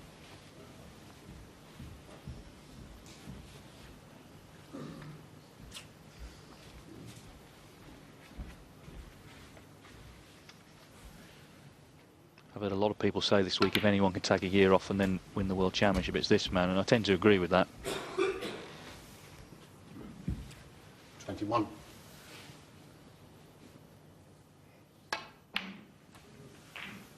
$22.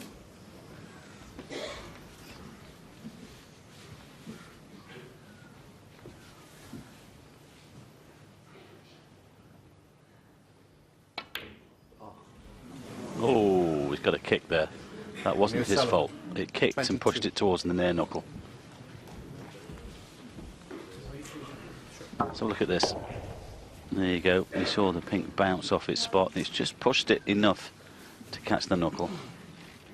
Unlucky.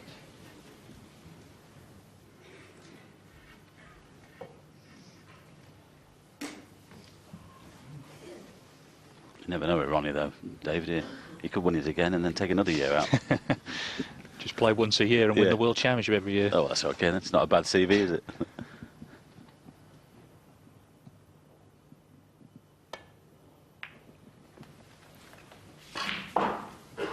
Pretty telling from some of his interviews. He was saying he had all these plans about what he was going to do with his time off, and he didn't really do any of it because he got out of the routine that he'd been in for the last 20 years of playing snooker tournaments, and he missed it. He did miss playing.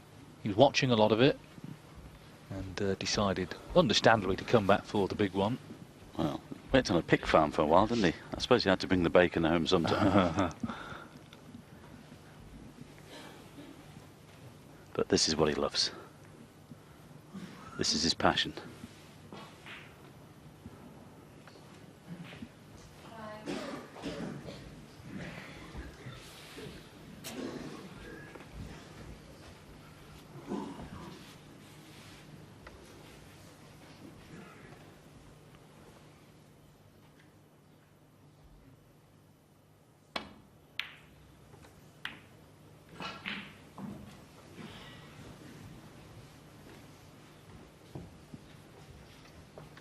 Well, short of pace, but it's not too bad. He's, again, a little tempter here for Marcus on the right-hand side, but there's no real percentage in it as Ronnie looks on. Might play a safety off this left-hand red. Should do, really. So there's no percentage in that pot.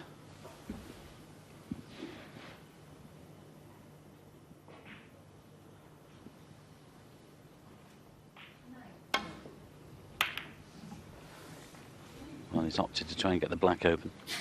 And that's a little bit short of pace as well. Possible red on here for Ronnie to the left corner.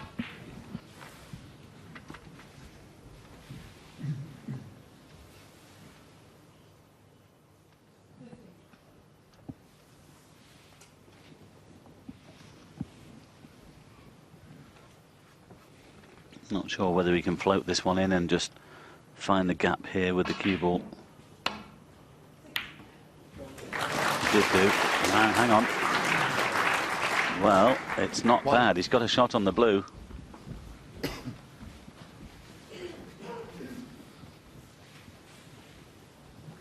Good red.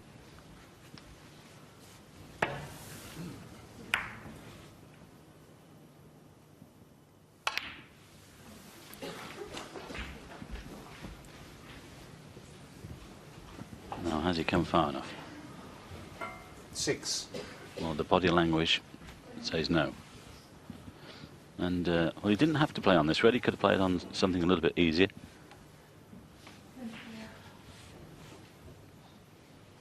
In fact, I think that he probably didn't play on this red. I think that was just a bit of adrenaline flowing through the veins there when he overhit the blue.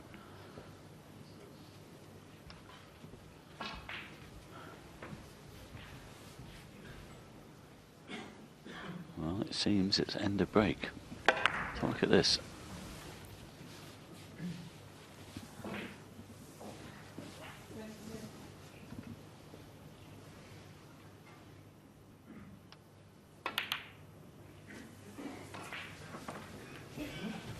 Ronnie O'Sullivan, 6.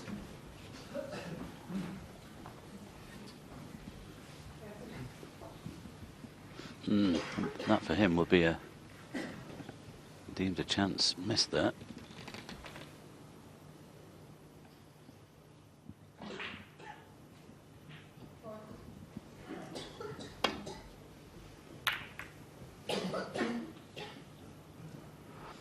Well, at least that's brought the black into play.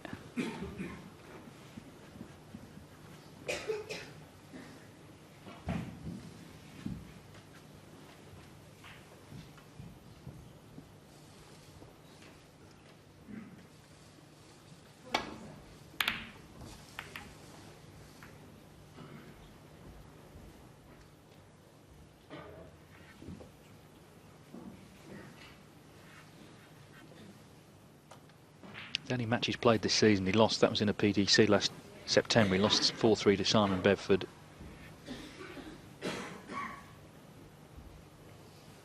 But of course, the World Championship, completely different environment.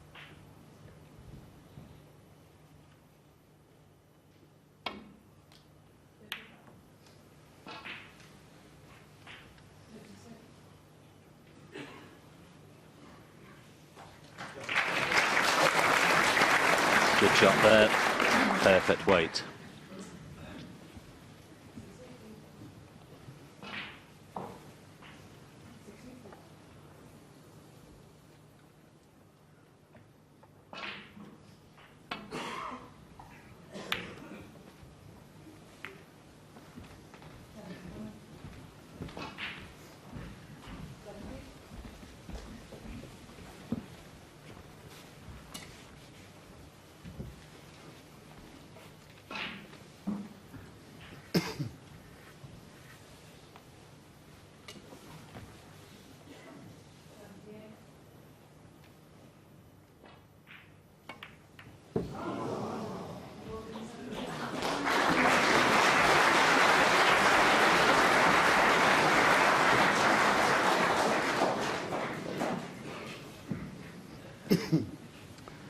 Well, this frame has gone a little bit scrappy at the moment.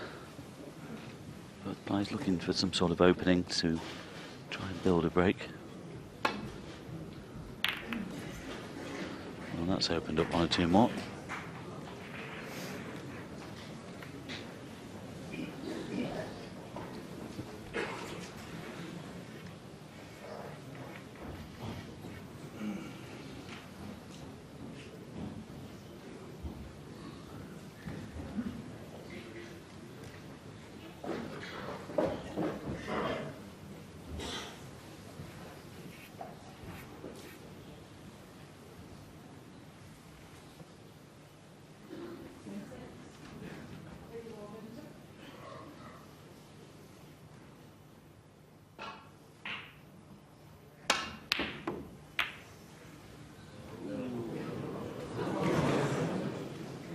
What a bonus that is. Well, that's 2-0 at the moment. You can see the funny side.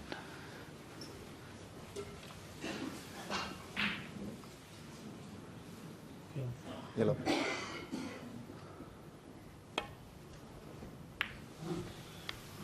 Marcus Campbell, 1. And of course, Marcus was able to put Ronnie straight in trouble. Instead of quite a word with him on the way past. I think it was something like, "You lucky person."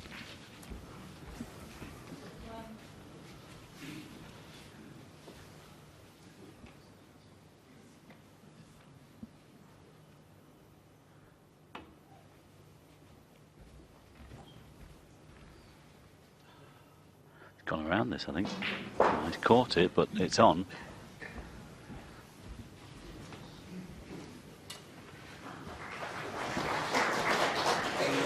Those sort of situations, if you look at this, is just clipped on the way past. It's like playing a rookie, isn't it, David? When a player plays all the wrong shots, but they start coming off, and you think, well, what can I play? And I'm trying to play the normal game here. I'm not saying because of the fluke, but that's why Ronnie was laughing at that fluke red from Marcus. Well, he's not had a lot of luck, really, had the kick on the pink. Campbell's had a couple of flukes, but he knows as well as anyone it's all part of the game.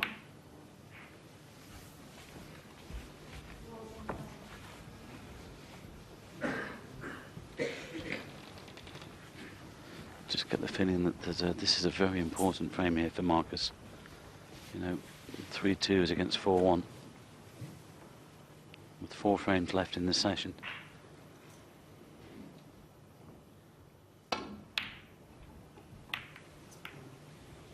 Good shot.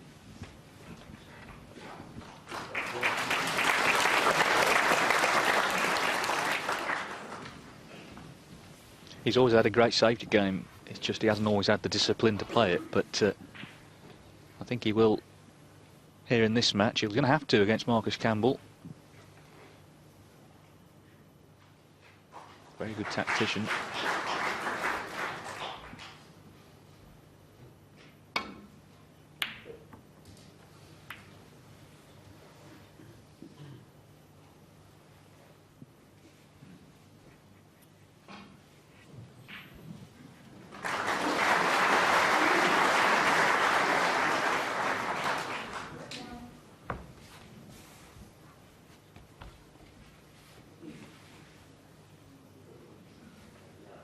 The long pot success pretty good for O'Sullivan.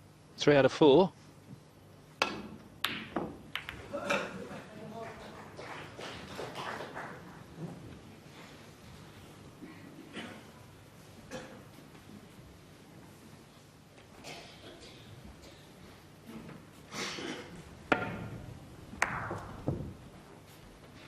Wasn't that far away from with this one either.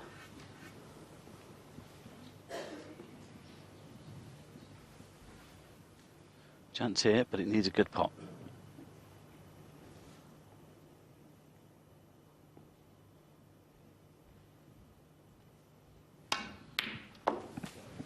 Well played. He's got himself in. There's a bit to do though.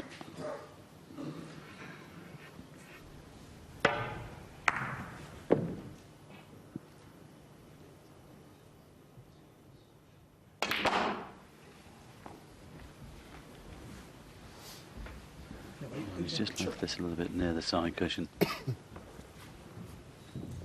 8.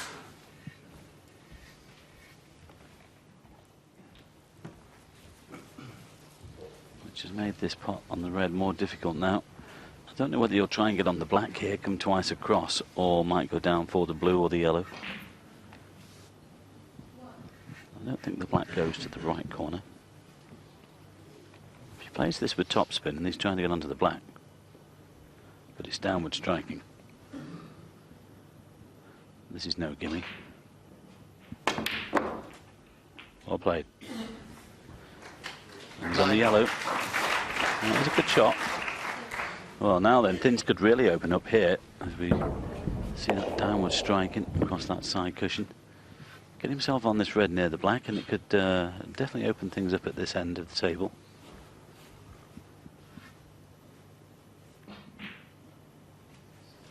He's got the angle to go into them if he wants to. There's the position that he wants the cue ball after this yellow. Well, he's going in full-blooded. And he's clipped them, but it's not bad. He's clipped one out.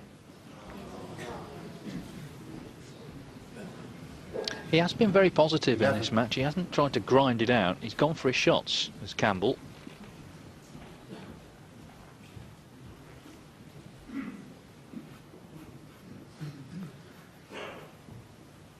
Yes, and the black goes to both corners now. Can he get himself onto it?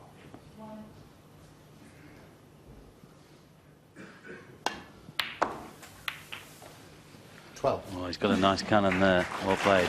Well, he knew that that was a calculated cannon, really. He knew that if he'd missed it, that he would be down for blue or yellow. Could have done with just catching it full ball.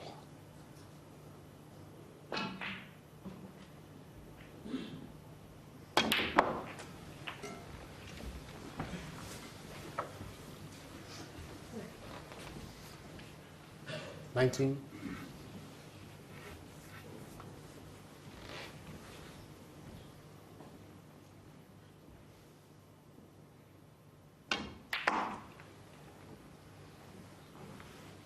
$20. Needs to be down the table a little bit more. Well, it's not bad. Can I just run on another 2 or 3 inches so it's just off straight? It would have been okay, but this still needs a good positional shot.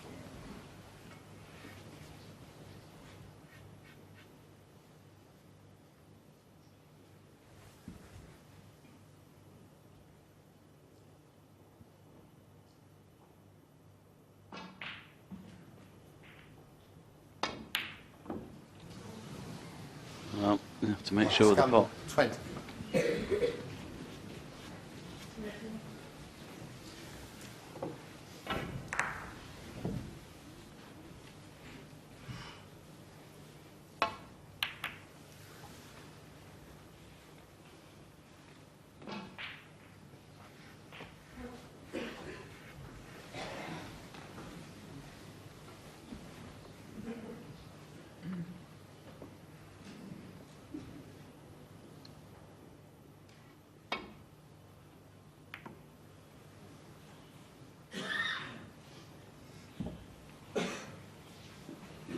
A bit thinner than intended, no real damage done, but of course it gives Ronnie an opportunity to put Marcus in trouble here, especially with a hand on the table. Trying to use the yellow for cover. Good shot now. And that all came about really because of that loose one from Marcus when he caught that red too thin. He's looking okay out there at the moment, David, Ronnie? Yes, I think in all departments he's been pretty strong.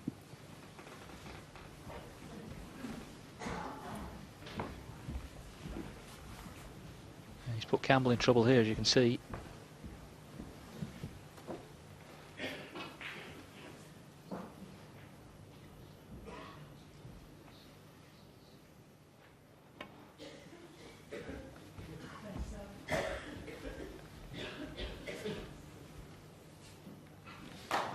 Oh, what touch.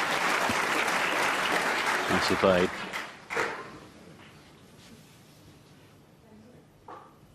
Might be able to go behind the brown and the pink here.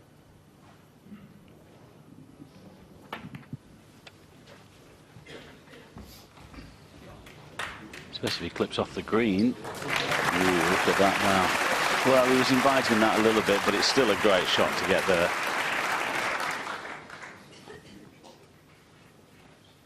At the moment, Ronnie in control of this opening session of his defence of the world title.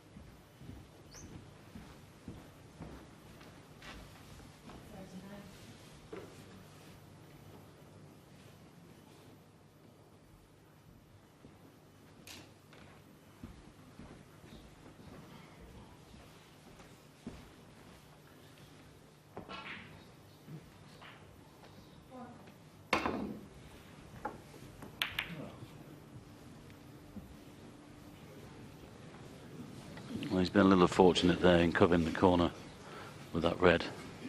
Unless Ronnie can get through the gap here. Well, he might be able to just put that in with a bit of side.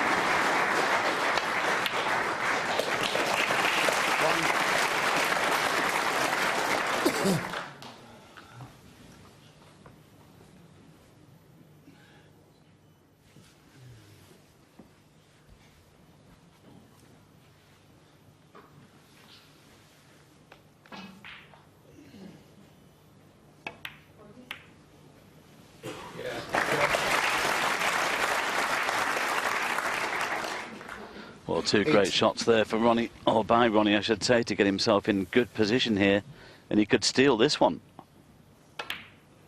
Oh, just as I say that, O'Sullivan 8. He's missed that fairly easy red. It's amazing, this. Well, he'll be annoyed with himself, there's no doubt about that. Well, now then, Marcus, This is a great chance here to claw one back. Again, there's a bit to do. I'm sure he wasn't expecting, though, to come back to the table.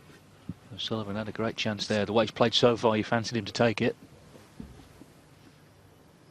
Longest frame so far, easily this. 29 minutes now.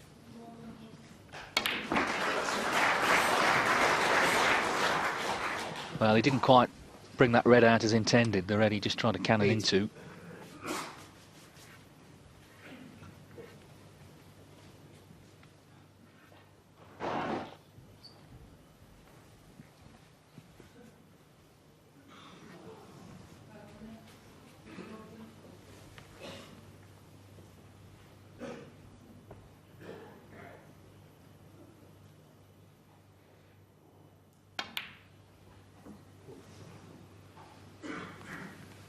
Campbell, 8. Well, again, a good chance missed there, and he knows it.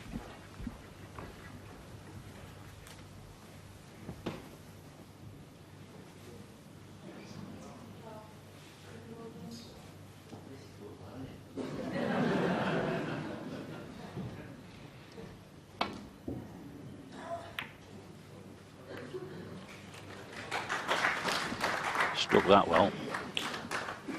Although he has left this red on. If it had hit the yellow full ball, could have got the snooker behind the blue. So there's another chance here for Marcus then. The brown and pink are a problem, of course, in needing to clear or put at least enough points on the board to leave Ronnie needing snookers.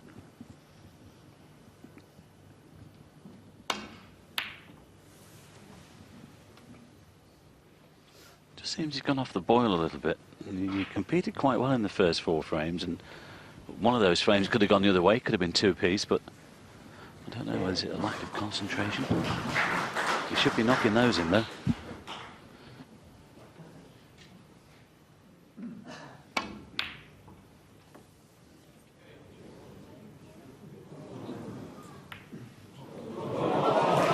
Oh, not a bad kiss, was it, on the yellow? My word. Well, Campbell's had a couple of nudges, in fairness. A couple of fluke reds. So, payback time a little.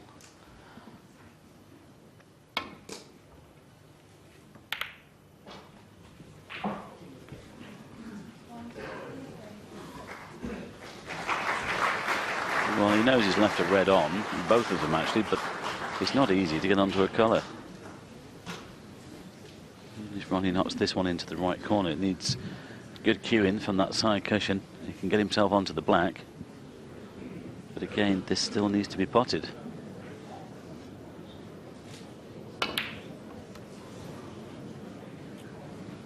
There's another sign of a little bit of rustiness, I think, in his game because of the timeout. I'd have fancied him to knock that in, normally.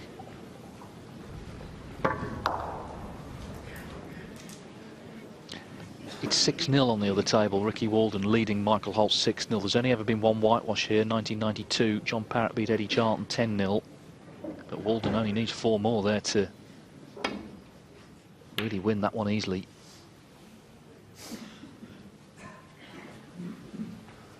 I had a 9-0 at the Masters against Davis. I did well to get nil. Yeah, he beat Dean as well, didn't he? Dean Reynolds 10-0 in the final as well. Yeah, he did. To the Grand Prix. Not welcoming Grimsby. I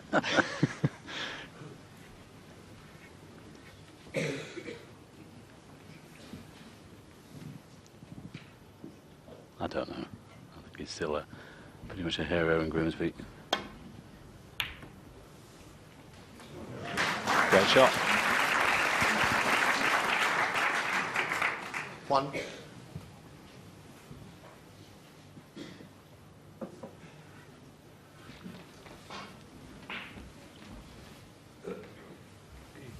Green ball. Well, he's playing cushion first to hit the green for the snooker. Well, that's a clever shot. But it was a big target from there, really. No danger of going around it. Just playing the containing game at the moment, trying to get this frame on the board and get closer.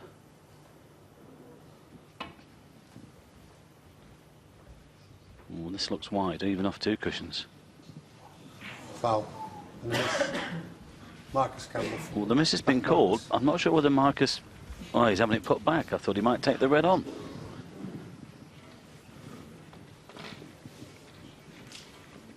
Yeah, Marcus.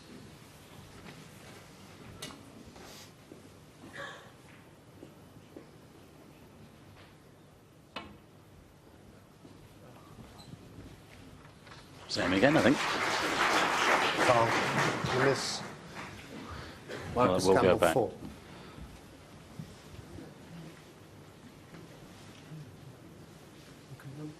Well, if the cue ball were to land dead on the side cushion, then Marcus would take the pot on, but not with a slight angle on the red. 3rd attempt, as you can see. Just trying to just catch this off 2 cushions. Well, this nearly looks the same again. Foul. And a miss. Marcus Campbell 4. Well, he's going nowhere. Yep.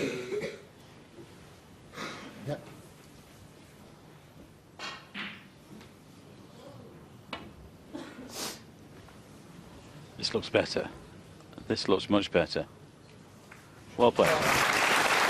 Yeah, I think he felt it was just possibly sliding off that first cushion a little. Had to make the adjustment. Did it well.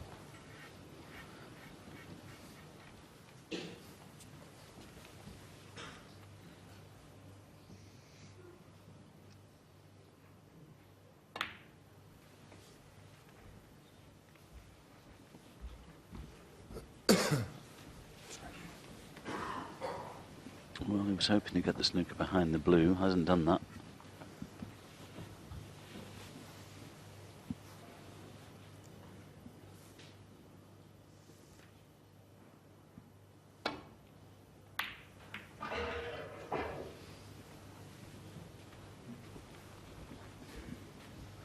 Wasn't a great shot from Ronnie. This red is on. It is the sort of frame where you would kind of fancy Campbell, I think, this sort of scenario, but we shall see.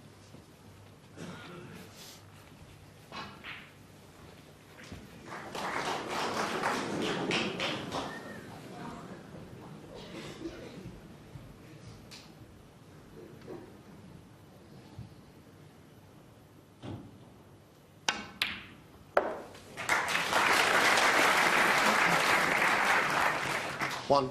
Well, that's unlucky. He was hoping to hold for the green, but well, no points for guessing the net shot.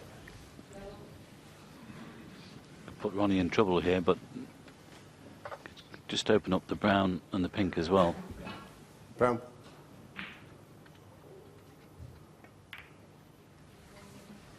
Marcus Campbell 1. Well,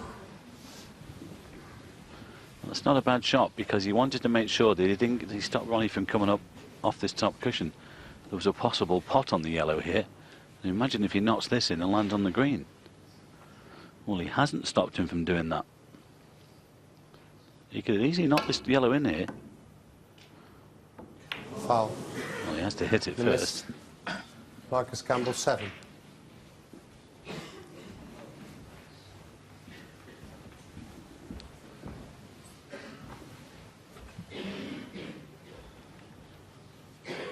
Still needs yellow, green and brown. He might have these put back.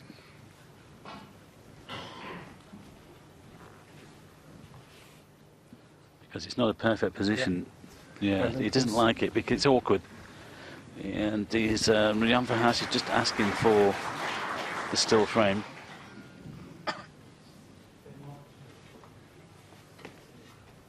Brendan Moore's operating that. I'll see him refereeing match in the tournament. It's important, of course, to get it all back. There's Brendan. Important to get it all back correctly. Much easier with the screen, though. Not least because the players, of course, can see it as well. Marcus. Thank you. Thank you, Ben. Perfect.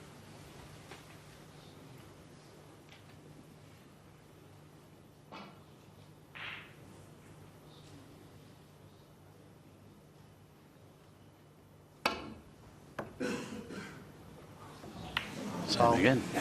This time, he has a better angle on the yellow to get onto the green. Yes, going back to that, Dave. Glad to see that they're bringing Hawkeye into the football world. You know, the goal line technology. Not before time, is it? Well, it's something that a lot of other sports have led the way, in snooker included. Well, it's too costly.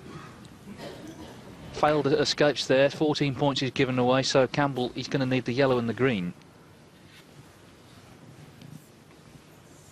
Yeah, it's much easier to get onto the green as well this time. Coming up to a 40-minute frame. It's been hard fought.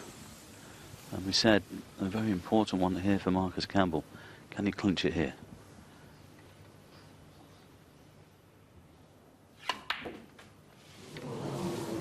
Oh dear. Well, 2. Do you know, he might still be on this. He might have just found the gap. And if he has, he's been very lucky. Wow, look at that. It pops. Amazing. I'd like to have seen Ronnie's face there. he had chances though early on. He missed reasonably straightforward red, and Campbell just needs the green.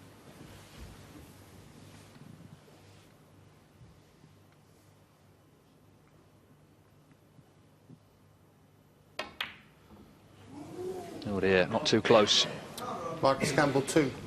24 in it then, 25 on. What a big frame this is now.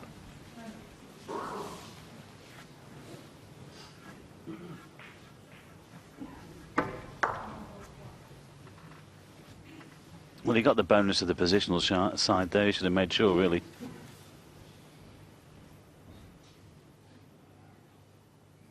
And this would be a body blow, really, to Marcus Campbell if he loses the frame from here. Especially now, Ronnie's laid up good snooker. Well, he can get off the side cushion here just before the middle pocket. It's not that difficult to hit the green from this left-hand cushion, but he's got to get it safe. Well, can he see it directly? He's playing a slight swerve shot here. Good hit, but where have they finished? He's left it on. So it's out of his hands now. Sullivan needs the 5 colours to lead 4-1. Not the sort of frame he would necessarily have enjoyed, but you won't mind winning it. Sure. Yep. Spotted something on the cue ball. Previous 2 frames before the interval, both closed. Campbell led in both of them. Sullivan cleared up twice. Campbell just needed the green in this one. He didn't pot it though.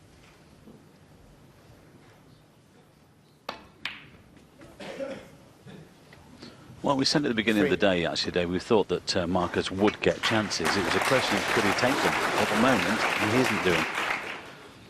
And although we know that Ronnie's not playing at the top of his game, he's just doing enough, which for him, build himself into this tournament, as you've already mentioned. That's all he wants to do, get past the first couple of rounds. But Marcus has had numerous chances here. 12. Yes, and this was a frame that could really have soured the O'Sullivan mood if Campbell could have won it. But pink and black, it's O'Sullivan's. 18. Could be a big moment, this. Black to lead 4-1. 25 in the frame. Ronnie O'Sullivan. Well, Marcus Campbell will rue the missed chance there. He worked so hard to get back into the frame. He had the green to win it, but he missed the green. And O'Sullivan put him in that good snooker, and from that chance he's cleared up green to black. So Ronnie O'Sullivan, the defending champion, leads here at the Crucible, 4-1.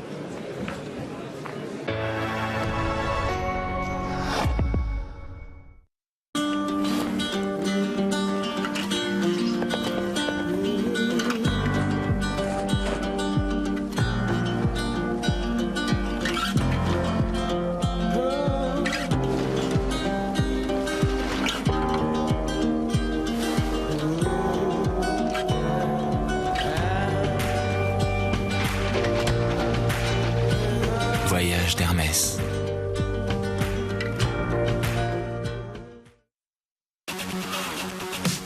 They had such a gas last year. The World Touring Cars are back in Slovakia for more. It's the first time for Lada, though, with James Thompson behind the wheel. And with 26 cars on the grid and a demanding up-and-down circuit, it means plenty of fireworks for this round 3 of the series. So why not get hold of a ticket and join the party for the weekend? The FIA World Touring Car Championship from Slovakia, April the 27th and 28th. For more info, go to FIAWTCC.com.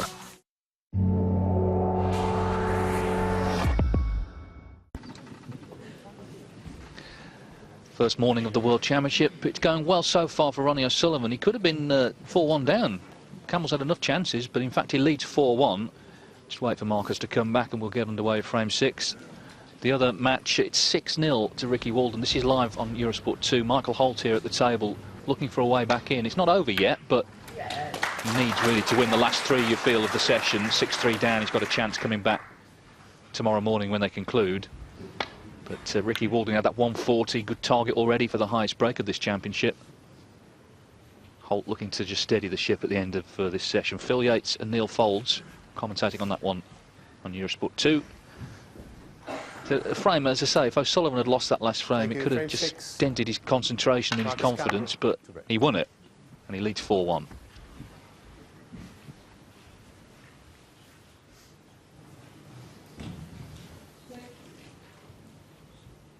If he wins one of the next 4, of course, he's guaranteed some sort of lead when they return this evening.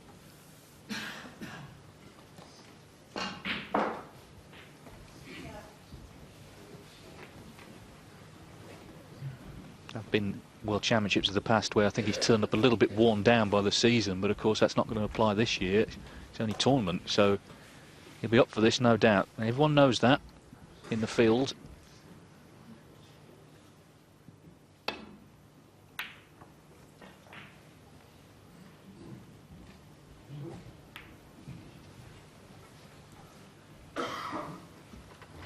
Well, as always, you need to avoid the bulk colours when you're taking the cue ball down the table. Yes, this red is on to the right corner, but the black is not available.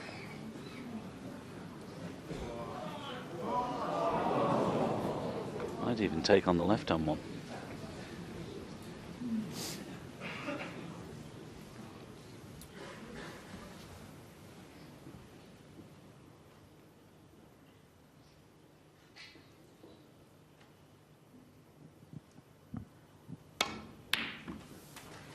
Great. Into the back from the blue. 1. We saw the safety stats there, which were good, but of course ultimately you got to pot balls, and he had the chance on the green. He was a little bit lucky to get on it in that last frame, but he had the chance, didn't pot it. This was better though.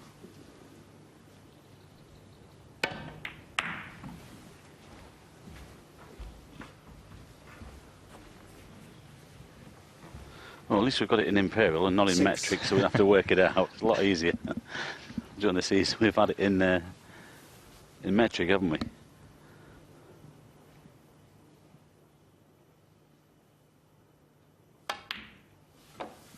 Seven. Good angle here if he wants to try and just open up 1 or 2 more. It's a little bit crowded around the black spot, a little bit crowded there, so we've often mentioned that not much room between the table and the partition, or partition, I should say. Good shot. He's opened up 1 or 2 more, but he was hoping just to try and nudge the black open there.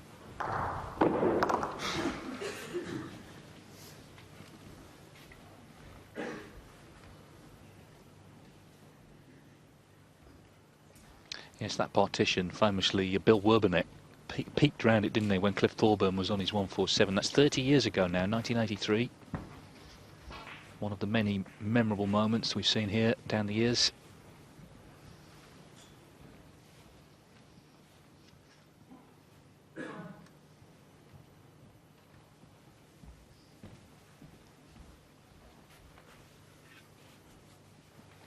Good player plant. Leave himself on the pink to the centre.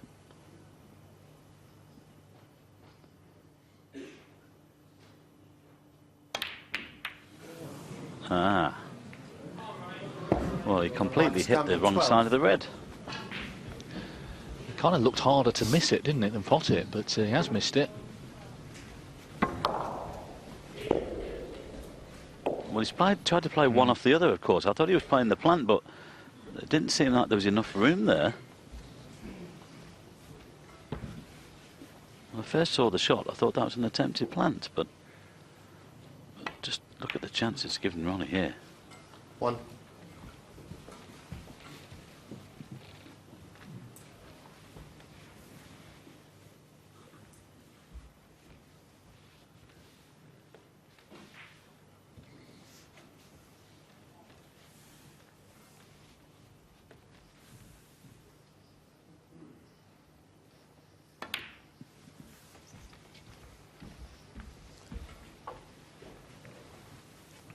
Yes, a lot of head shaking going on in the Campbell corner. Knows he could possibly have been in front at the interval, certainly could have won that last frame. He knows the danger is that O'Sullivan will just start to pull away now in this opening session. Well, this is Hawkeye showing us how it should be done. Well, this is how it was done.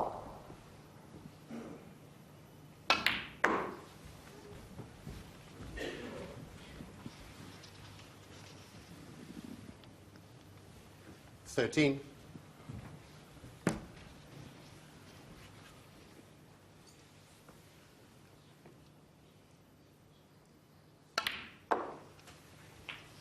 $40. He's played here 20 times before, O'Sullivan. He's only lost in the first round on 3 occasions. The last of those was 10 years ago. Made a 147, lost to Marco Fu, so he's got a good record getting through this opening round.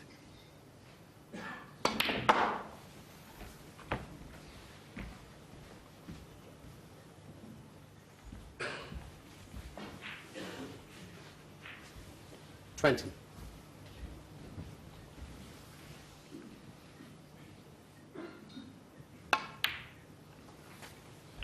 $21.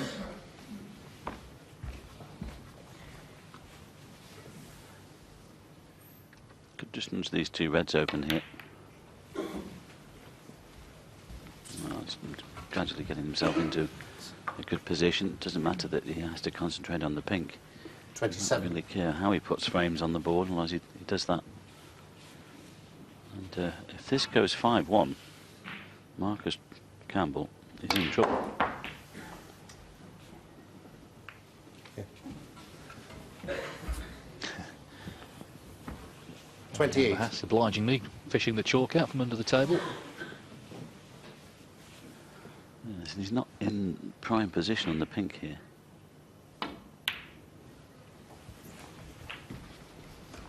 To play on that left unread. 34.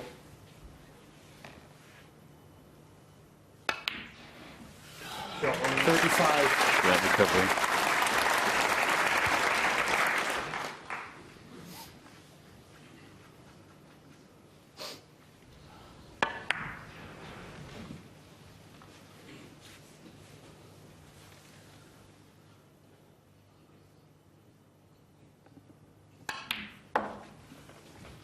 Just thinking slightly ahead here, David. If this guy gets himself into the quarters or possibly the semi-finals with longer matches, he's played his way into this tournament. He could win it from there. Absolutely. No doubt. Yeah. 39.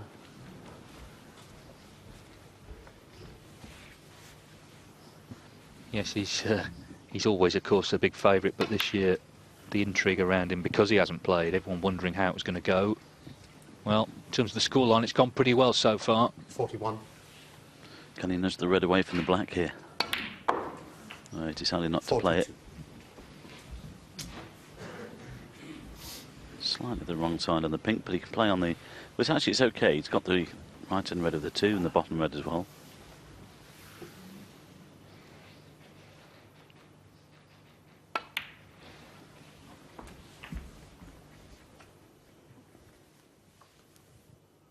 $48.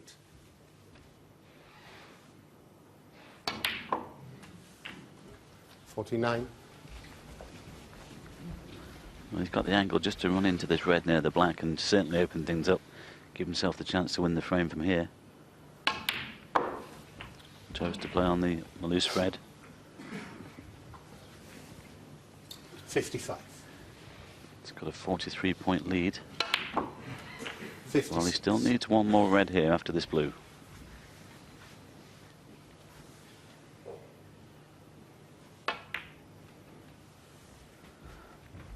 Oh, great shot. Another good contribution, David. 61. He's turning the screw here on Marcus, isn't he? Well, that last frame I think we saw was really big. And Campbell looked a bit rattled when this frame started. There was a lot of head shaking. And the danger now is the rocket has well and truly got lift off here. He could really open a big lead now in this first session. 69. 70. I'm sure this audience would love to see Ronnie O'Sullivan's century. He's had 118 at the Crucible, second only to Stephen Hendry. Could it be here? We're going to see it. 77. 78.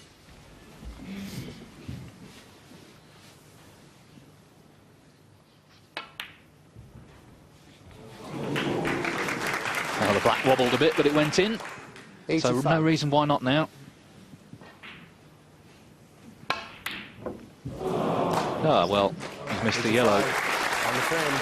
But 85, the highest break of the match so far.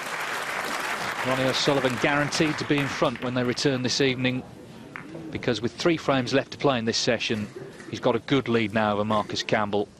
It's 5-1.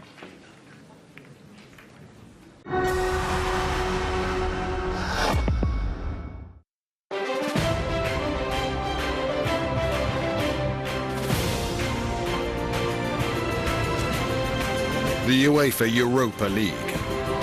Be one with it. Hanguk Ta, official partner of the UEFA Europa League.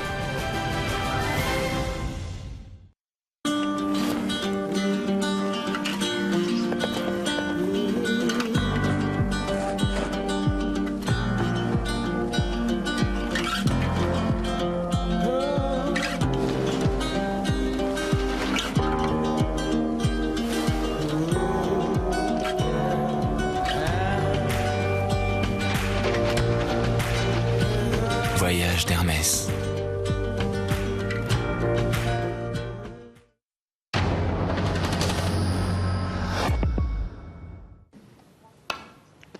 Frame 7 getting underway. Ronnie O'Sullivan 5, Marcus Campbell 1 is the score. First to 10 wins, and there's 3 more frames including this one to play in this first session. O'Sullivan just making 85 in that last one, the highest break so far of this session. Close in, he's looked really good. The odd, more difficult ball he has missed, but of course he's not played competitively for a year really, apart from that one PTC match. Meanwhile, that's a good long red. Yeah, it's good nudge on the blue as well there. Could have been out of position. Well, again, this is the sort of opportunity as we watch the replay on the pot, but Marcus has to score heavily now. If he gets these opportunities in the next 2 or 3 frames, he's got to try and win them in one visit if he can. We keep saying it, as if he hasn't had the chances. The cheer is for Michael Holt because he's won a frame next door, so he's not going to be whitewashed.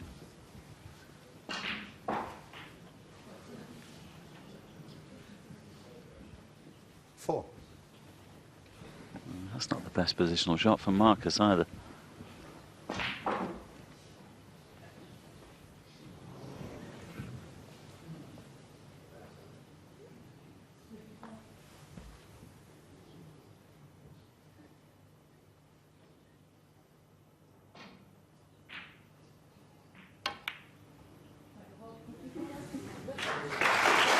Marcus Campbell 4. Disappointing, good long red, he's made just 4 from it.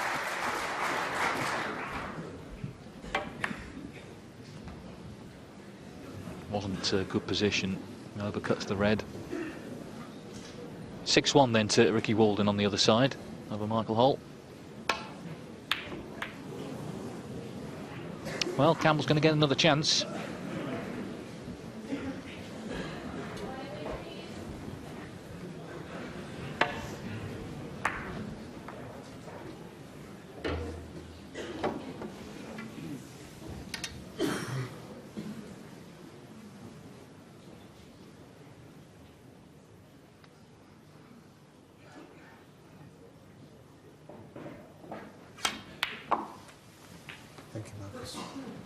1.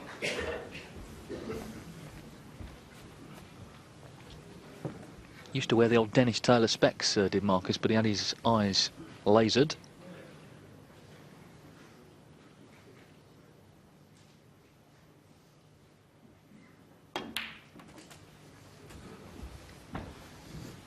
And the one thing he can see clearly at the moment is the scoreline, which is not good for him, 5-1. But it could still be 5-4. This is the point with these long matches. If he wins the last 3, then suddenly it's close coming back this evening. 9. That's the fascination, I think, of the long matches, the way it can turn around. In qualifying, Michael Holt, who's on the other table now, is 8-0 up against Mark Joyce, who's 9-4 up. He won 10-7. It got very sticky there towards the end, but he came through. Matt Selt, who we'll see against Mark Selby, he was 9-4 up to Ken Doherty. He won 10-9 in the end. And that's worked out nicely.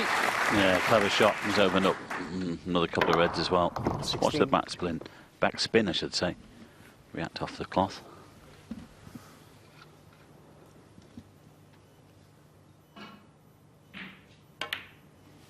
$70.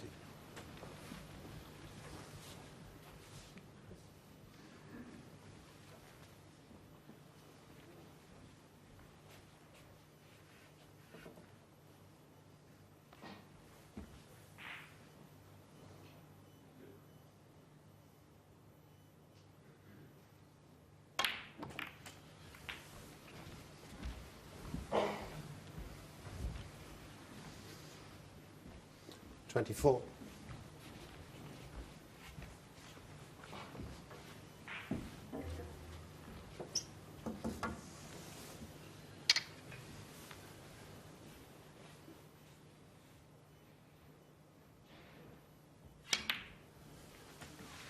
Thank you. 25.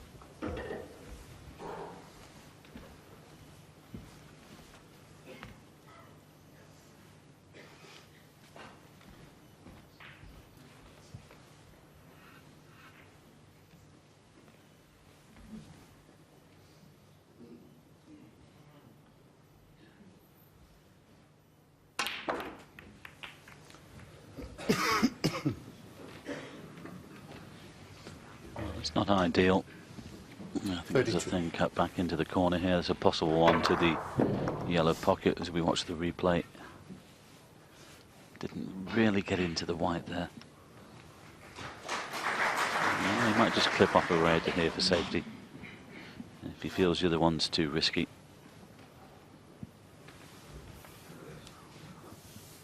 Yes, he's playing a safety shot.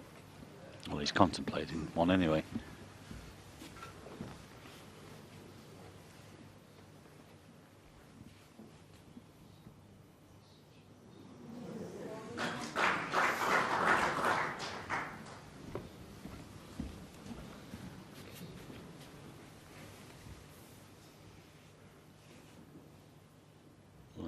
Is he playing the double? Not far away. Well played. Well, the only thing is he's put the white to the side cushion. Which is disappointing because that was a good double. If he'd have got ideal position on the black, well, this isn't ideal.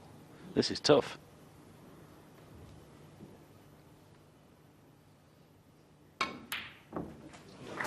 Well played. That's a great pot from there. Well, he didn't back away from that one. He hasn't backed away from a lot of shots in this match, but that's terrific cueing from there, especially with a match in the situation that it is. He knows that he should have won at least a couple of more frames than he has done, and I think he just has to get angry with himself here, Marcus, and really knuckle down and focused. 41. He's still got a chance of coming out of this session in good condition, really.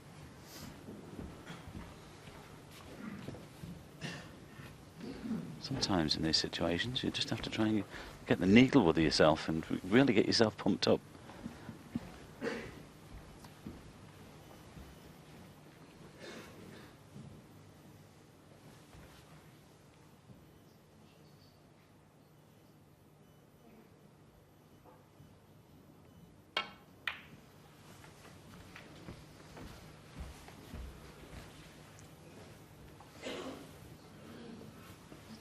46.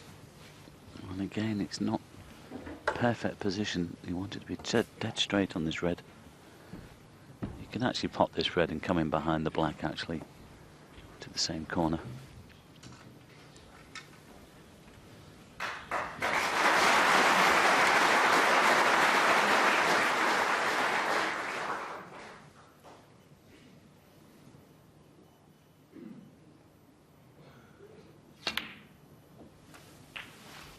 Thanks. 47. We've been here before, though, David, in a couple of these frames, haven't we, which he hasn't put away. Frame 3, 51-0 up, lost that one. Frame 4, 59-0 up, lost that one. And of course the last frame he had a good chance.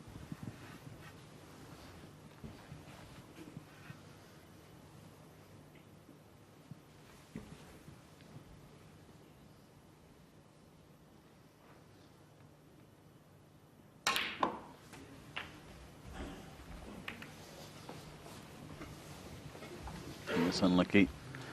He's 54. on nothing there.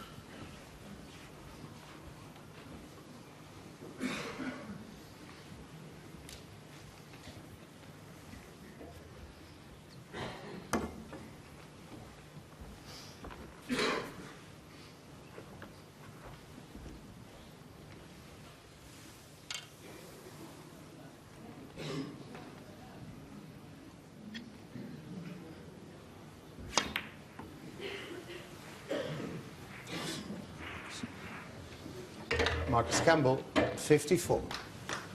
Well, it's just as well that blue's there, because that could have been a loose one. Well, I don't know whether he has covered it. I think Ronnie might be able to just knock that in with a little bit of left-hand side on the cue ball. Surely not another frame that he's going to lose from nearly 60 points in front. You can see this.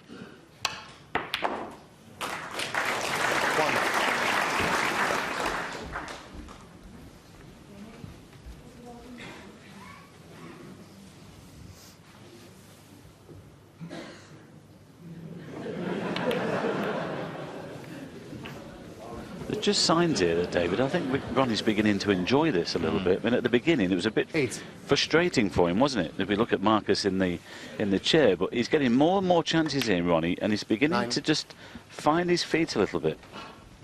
What he's always liked is a challenge, and you know, coming to the table 58 points behind is a challenge. He's already won a couple from that sort of position, as I mentioned earlier. This is the ultimate challenge, really, to take a year out and try and win the World Championship. 16. 70.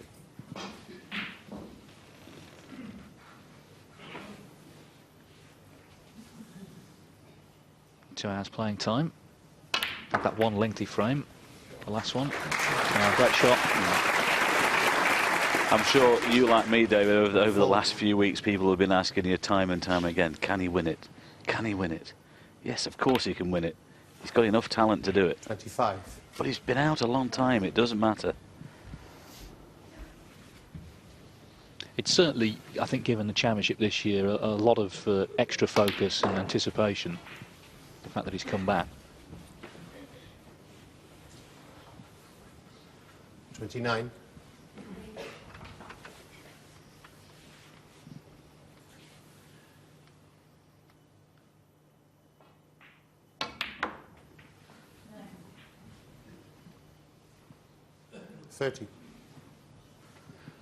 Just overdone that one slightly.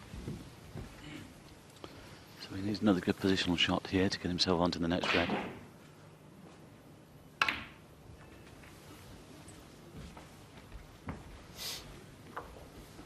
Oh, that's just flown off the side cushion a little.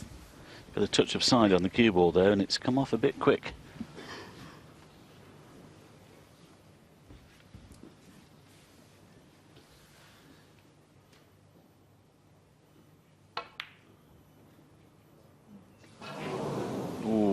Sullivan. But he's got 35. The cover, I think, with the blue. Yes, they're the sort of shots he's been missing today. Just the ones that, well, can he swerve around that? May just be able to clip it in. I think he can. I just wanted the white was going across the table, David. I thought it was 4-ball snooker. But again, another chance here for Marcus. Can he take it?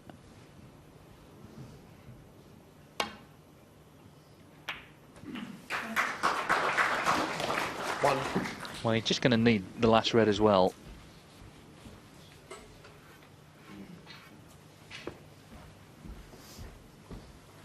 Yes, he's just landed the wrong side of this pink. It's taken him away from this red slightly. If he can leave himself in medium range red.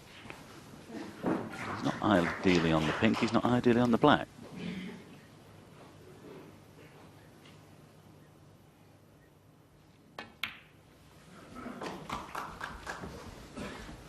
Well, just one good part here. This red is frame ball to steady the ship a little bit.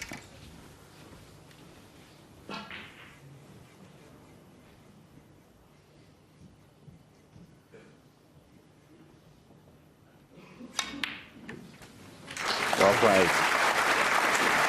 Make sure the blue. No, you should just give him a little bit of a boost of confidence.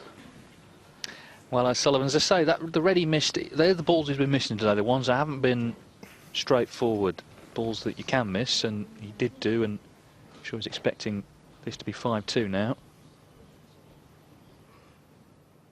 I think to Campbell's credit, though, he's remained positive. He's still gone for his shots despite all that's happened in the match. He's been going for them. He's been taking the game to O'Sullivan, who now needs 3 snookers.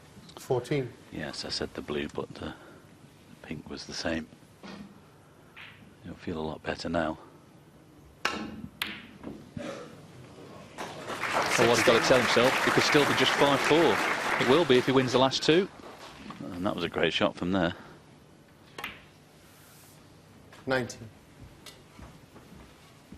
The real intrigue, I suppose, is going to come this evening, but if he can make it close, he'll just put pressure on O'Sullivan when they resume at 7 o'clock UK time tonight. 33.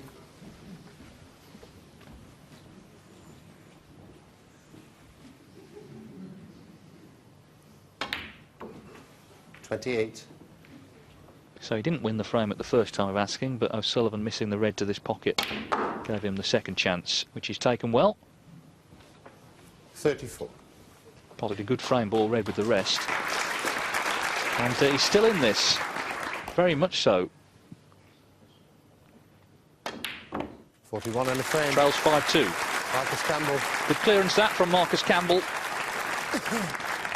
Fascinating battle here. First morning of the Crucible. And it's the defending champion who has the lead, but Marcus Campbell winning a good frame from his point of view there. So Sullivan, his advantage trimmed to 5-2.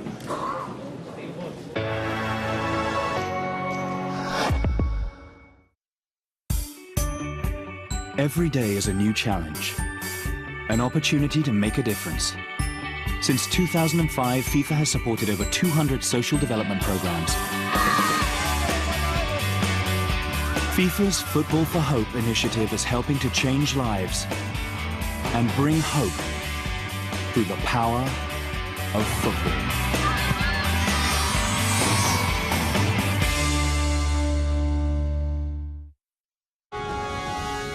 Follow the score of your favorite team live and find the latest results and features with Eurosport's live score.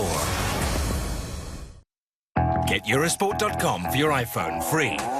Every day sees full and expert coverage of sports news with dozens of articles and an easy one-stop video section that lets you live and relive the very best moments of sport. Follow all the scores, fixtures and tables live. Eurosport.com, the reference and sport apps available on the App Store.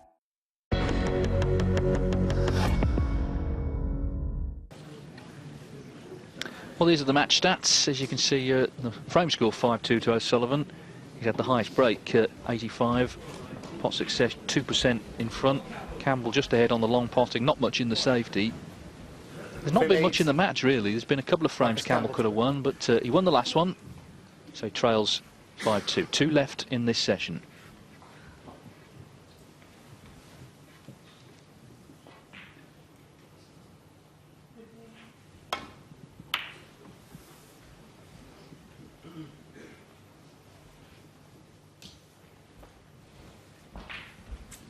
Not great.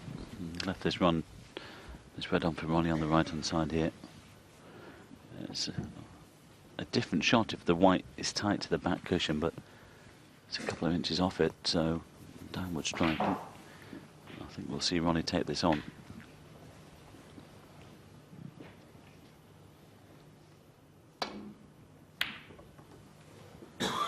Came across it slightly. Now, just depends where things finish. And he's had a little bit of a touch there.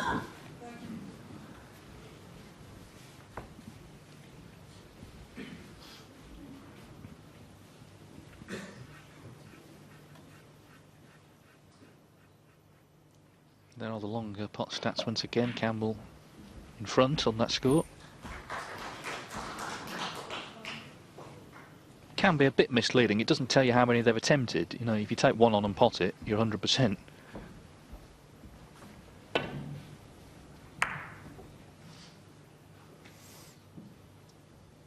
But of course, we've been used to seeing him pot so many of those down the years, here and at other venues.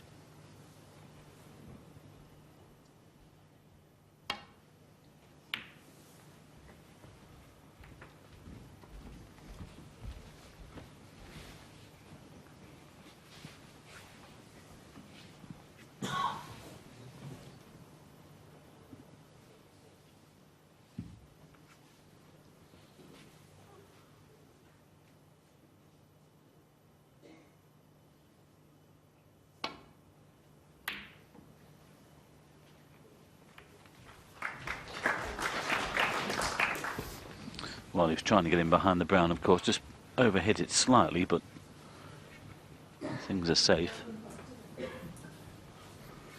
Good win in the last frame. He could still come out of this session 5-4, which would be a result for him from 5-1 behind.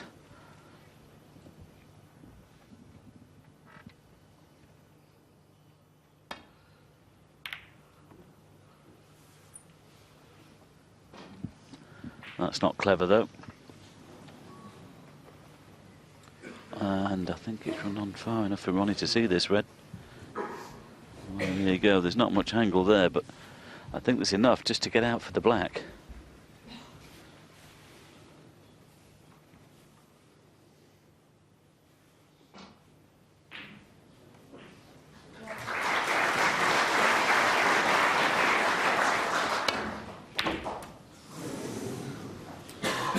Well, that was intentional. He was trying to use the pocket there to get himself onto the black.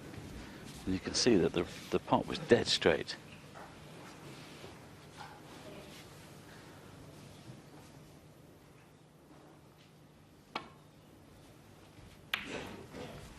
Ronnie O'Sullivan 1. Great shot. So look at this again. No angle at all on the pot. He tried to create one there. Didn't quite happen.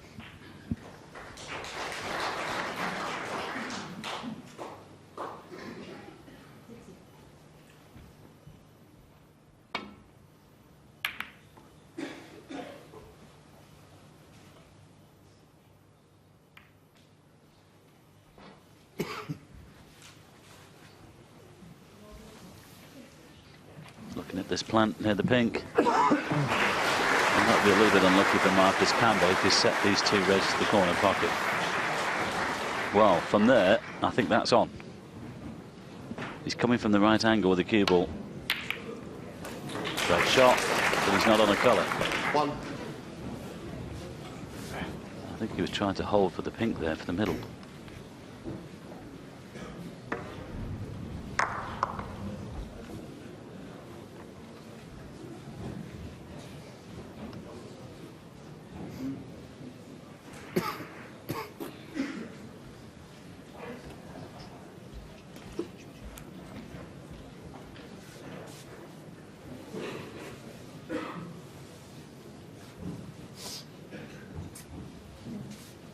Perhaps keeping careful watch here, because this is awkward.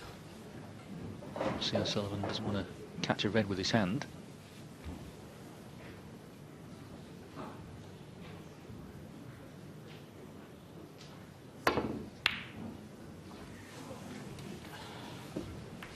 Ronnie O'Sullivan 1.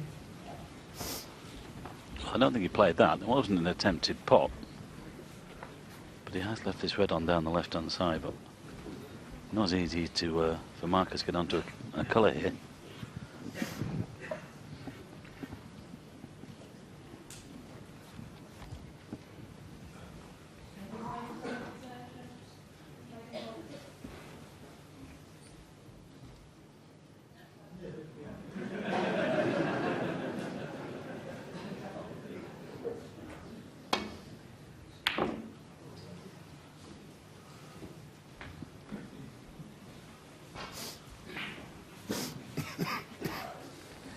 Well, not good for Campbell, to say the least. Oh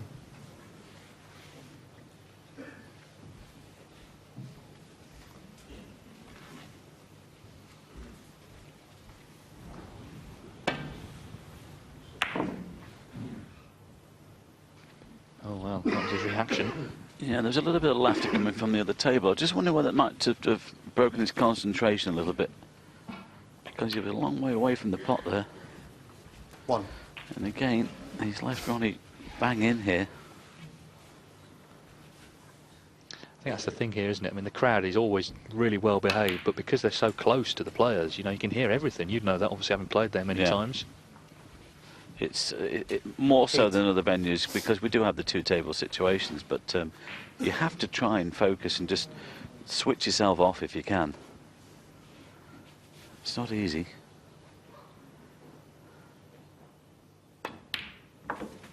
9. The audience can literally just put their hands out and touch the players. They're that close.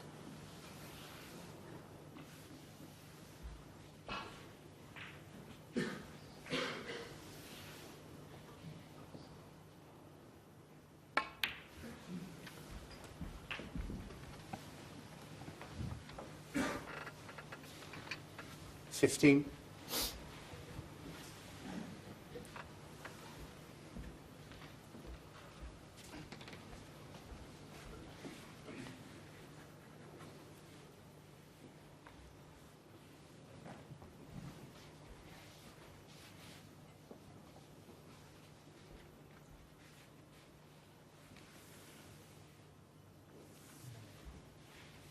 I think we've got Mike Watterton's ex-wife Carla to thank, really, David, because it was her that came here initially in 1976, 77 and saw a play and said to her husband Mike, 16. who of course was the promoter at that time, that I think I've just found you the venue for the World Championship. And what a venue it's been down the years. Yeah, that's exactly what happened.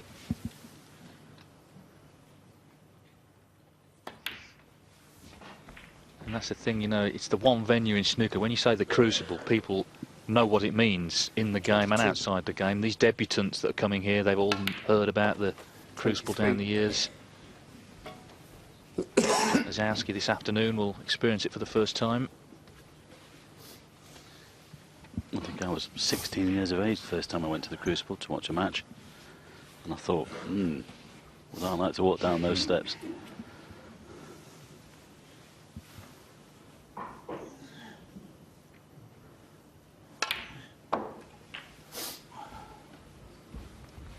Great shot. This one opened up the black hit.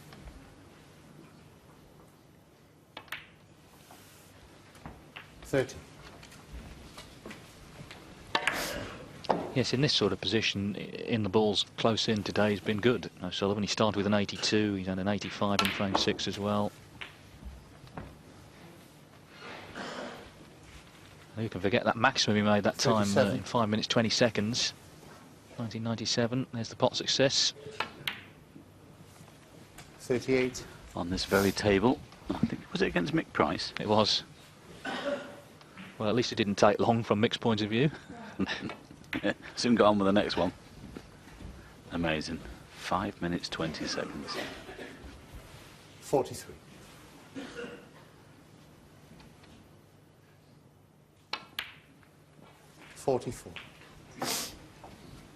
He'll be annoyed with himself there. He didn't want the contact on the pink. He's out of position. Just caught it. He might play the blue.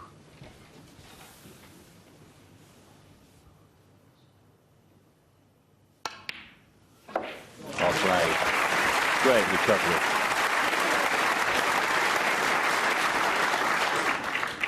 $49. $50. And again, he's just beginning to find his feet.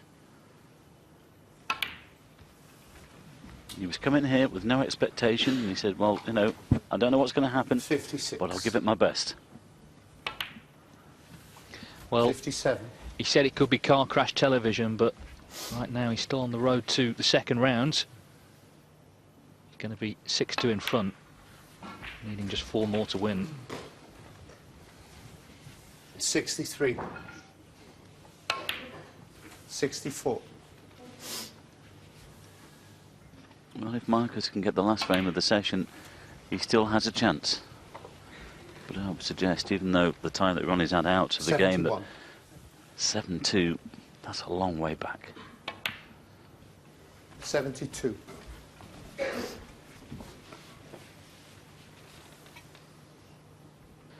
Well, he hasn't given us a century yet today.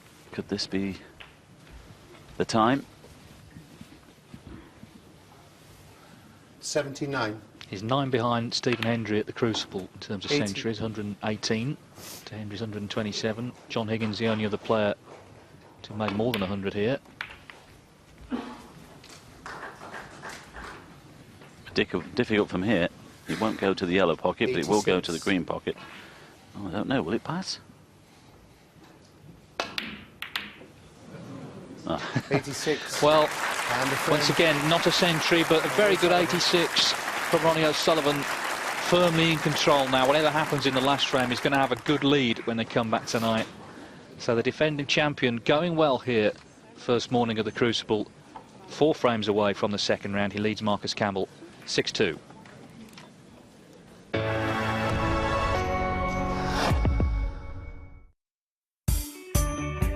Every day is a new challenge, an opportunity to make a difference. Since 2005, FIFA has supported over 200 social development programs. FIFA's Football for Hope initiative is helping to change lives and bring hope through the power of football.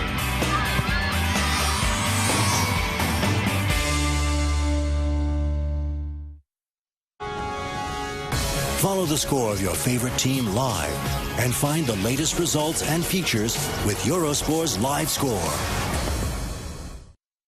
Get Eurosport.com for your iPhone free. Every day sees full and expert coverage of sports news with dozens of articles and an easy one-stop video section that lets you live and relive the very best moments of sport. Follow all the scores, fixtures and tables live. Eurosport.com, the reference and sport apps available on the App Store.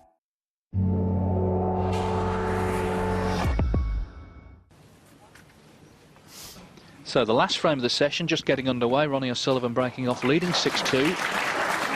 He needs 4 frames to win the match. Obviously 7-2 is a great lead, 6-3 still good, but Campbell really has to win this frame, you feel. On the other table it's not close either, 7-1. Ricky Walden leads Michael Holt. They're playing the last frame of the session there. They conclude tomorrow morning.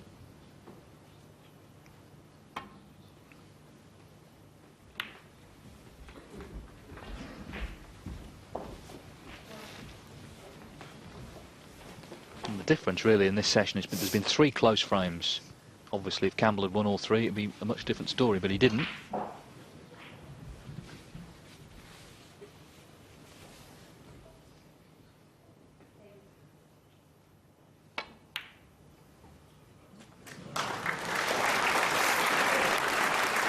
Well, he's really got his eye in now, hasn't he, O'Sullivan?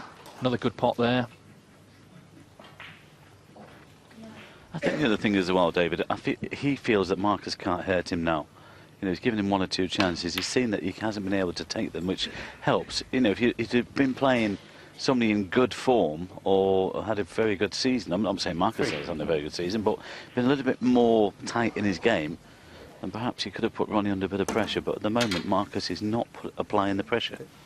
Well, that's what it's going to come down to for him this year. When he comes up against one of the top players from this season, what's going to happen then? And obviously the further he goes in the tournament, that's going to happen. So in terms of him winning the title, it's how he copes against a Judd Trump, and Neil Robertson and Mark Selby, for example. But that's far in the future. Right now, he's got a match to win here. He's got a frame to win here.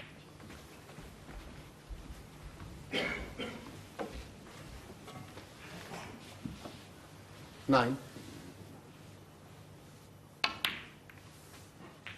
10.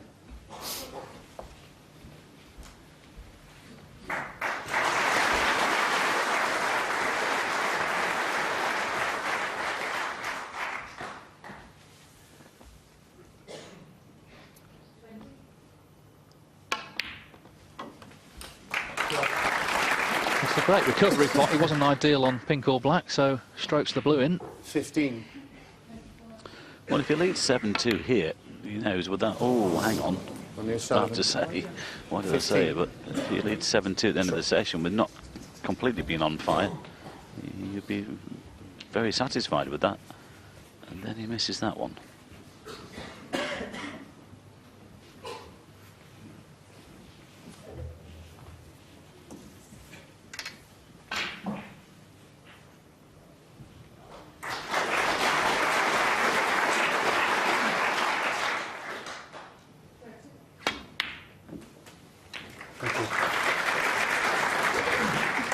One. Good pot there with the rest. Now, can he get these reds open?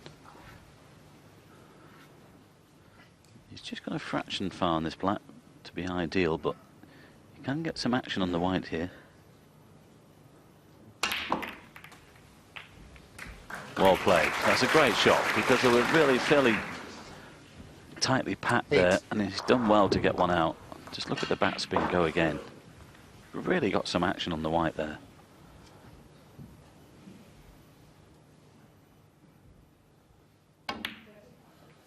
Nine.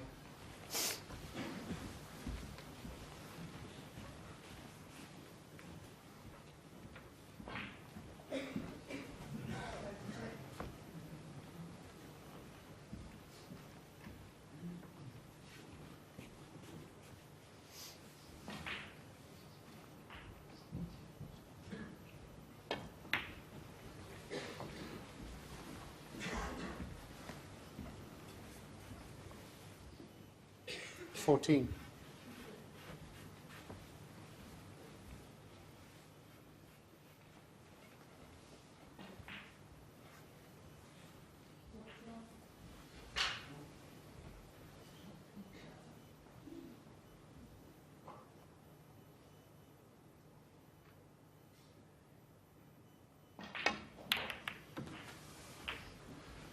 $15.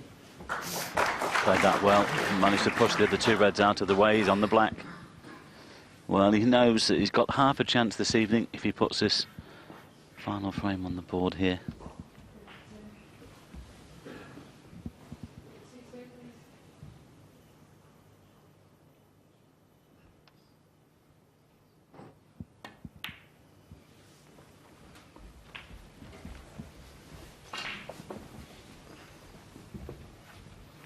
$22.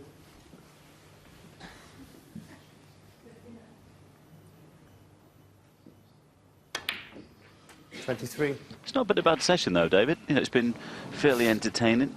It's not been total fireworks, fair enough, but it's been steady snooker from these two, and there have been some nice breaks as well. It's warming up nicely, absolutely right. And a lot of good snooker to come today. We've got Sean Murphy, Martin Gould this afternoon. Jack Lazowski makes his debut against Barry Hawkins, as does Michael White tonight against Mark Williams. And of course these two back tonight to finish off.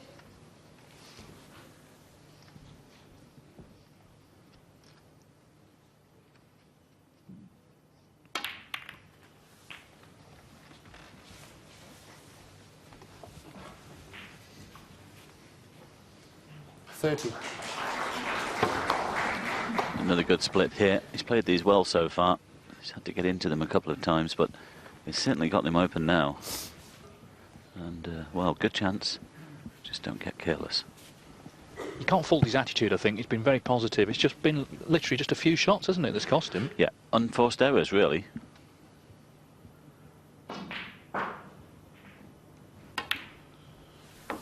$31.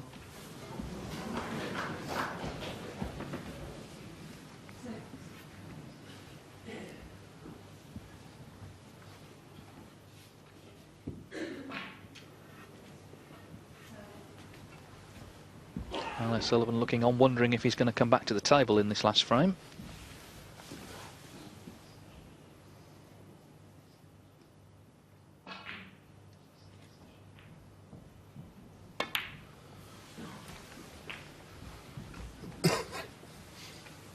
Well, that's not great.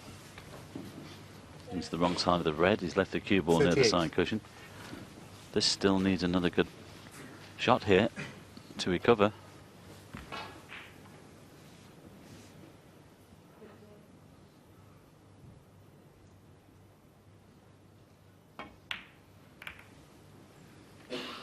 $39. Well, it was the previous shot from the black, which was the poor one. So it looks like Ronnie will come back to the table then. Well, he knew he was going into that red and the pink, but couldn't guarantee where the white was going to finish. Marcus Campbell, 39. Again, it's another one of those where it was a good chance missed, and he hasn't played a great safety shot here. He's left this red on for Ronnie down this right-hand side. If he can pop this in and get onto the black, who knows, he could steal yet another frame.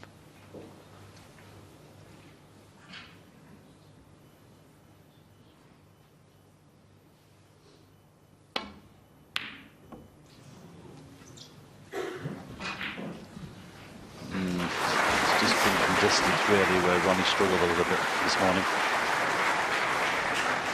Understandable really.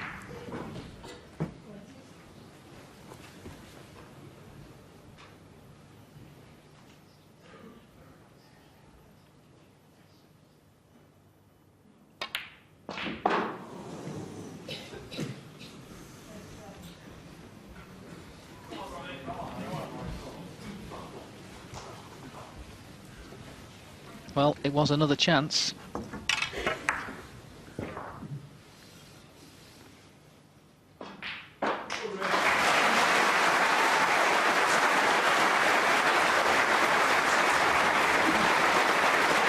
Applause was for Ricky Walden, who's 8-1 up against Michael Holt. He's just won a very close frame on the other side, so 8-1's a great lead for when they resume tomorrow.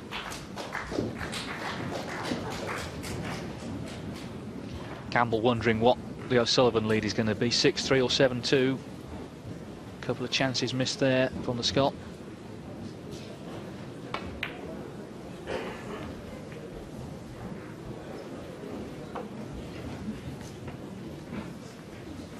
Six.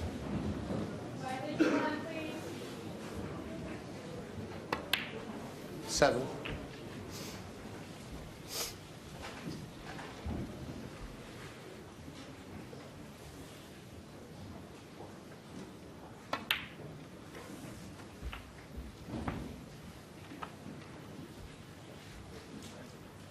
I want to be a touch higher with the white there. He's just going into these two reds. It won't be too bad actually, because he could just nudge these reds open a little bit more. Might be able to just land on the pink. Still has the blue available actually. Doesn't need to touch these reds.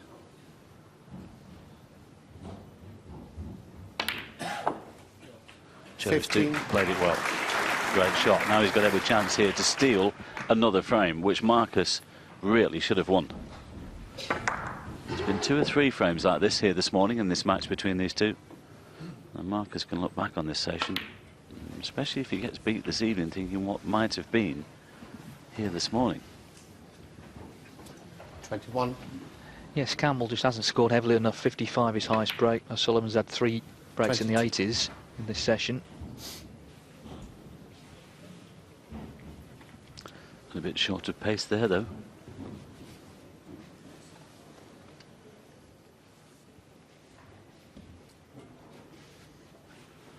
Well, he could just run into this red actually. He might still land on either that one or the one down the table.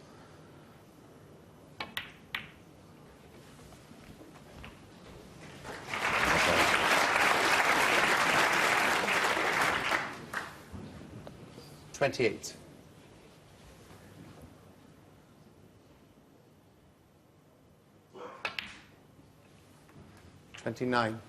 Well, considering the timeout, David, and it's the biggest arena on our calendar, I think Ronnie's done quite well here this morning. Well, there's been so much build-up to his return, but this was the morning where all the talking stopped and the snooker started, and I agree, I think he's played well overall. Been a couple of signs of a bit of rustiness maybe, parts of his game, but all that matters is the scoreline ultimately. And he's got a great chance here to lead 7-2. Coming back this evening, he would need just 3 more frames to reach the second round. As long as he's in the tournament, he is the real danger man.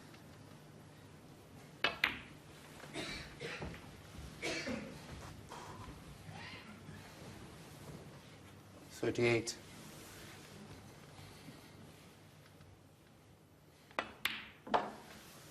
$40. Just needs the green and the brown for a 7-2 lead. You won't miss these. 43. No, and I think Campbell will reflect on a few chances that went begging. It could have been a lot closer, this. 47.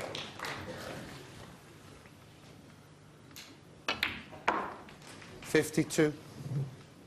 Well, this morning we saw the return of the king, Ronnie O'Sullivan, the defending champion, back at the Crucible. And overall, I think he'll be pretty satisfied with how he's played. 58 there in the last frame of the session. Marcus Campbell will rue a few missed pots, a few mistakes that he made. And what it all means is that Ronnie O'Sullivan is closing in on a place in the second round of the 2013 Betfair World Championship. 3 frames required when they return tonight. It's a good lead, this. O'Sullivan 7, Campbell 2.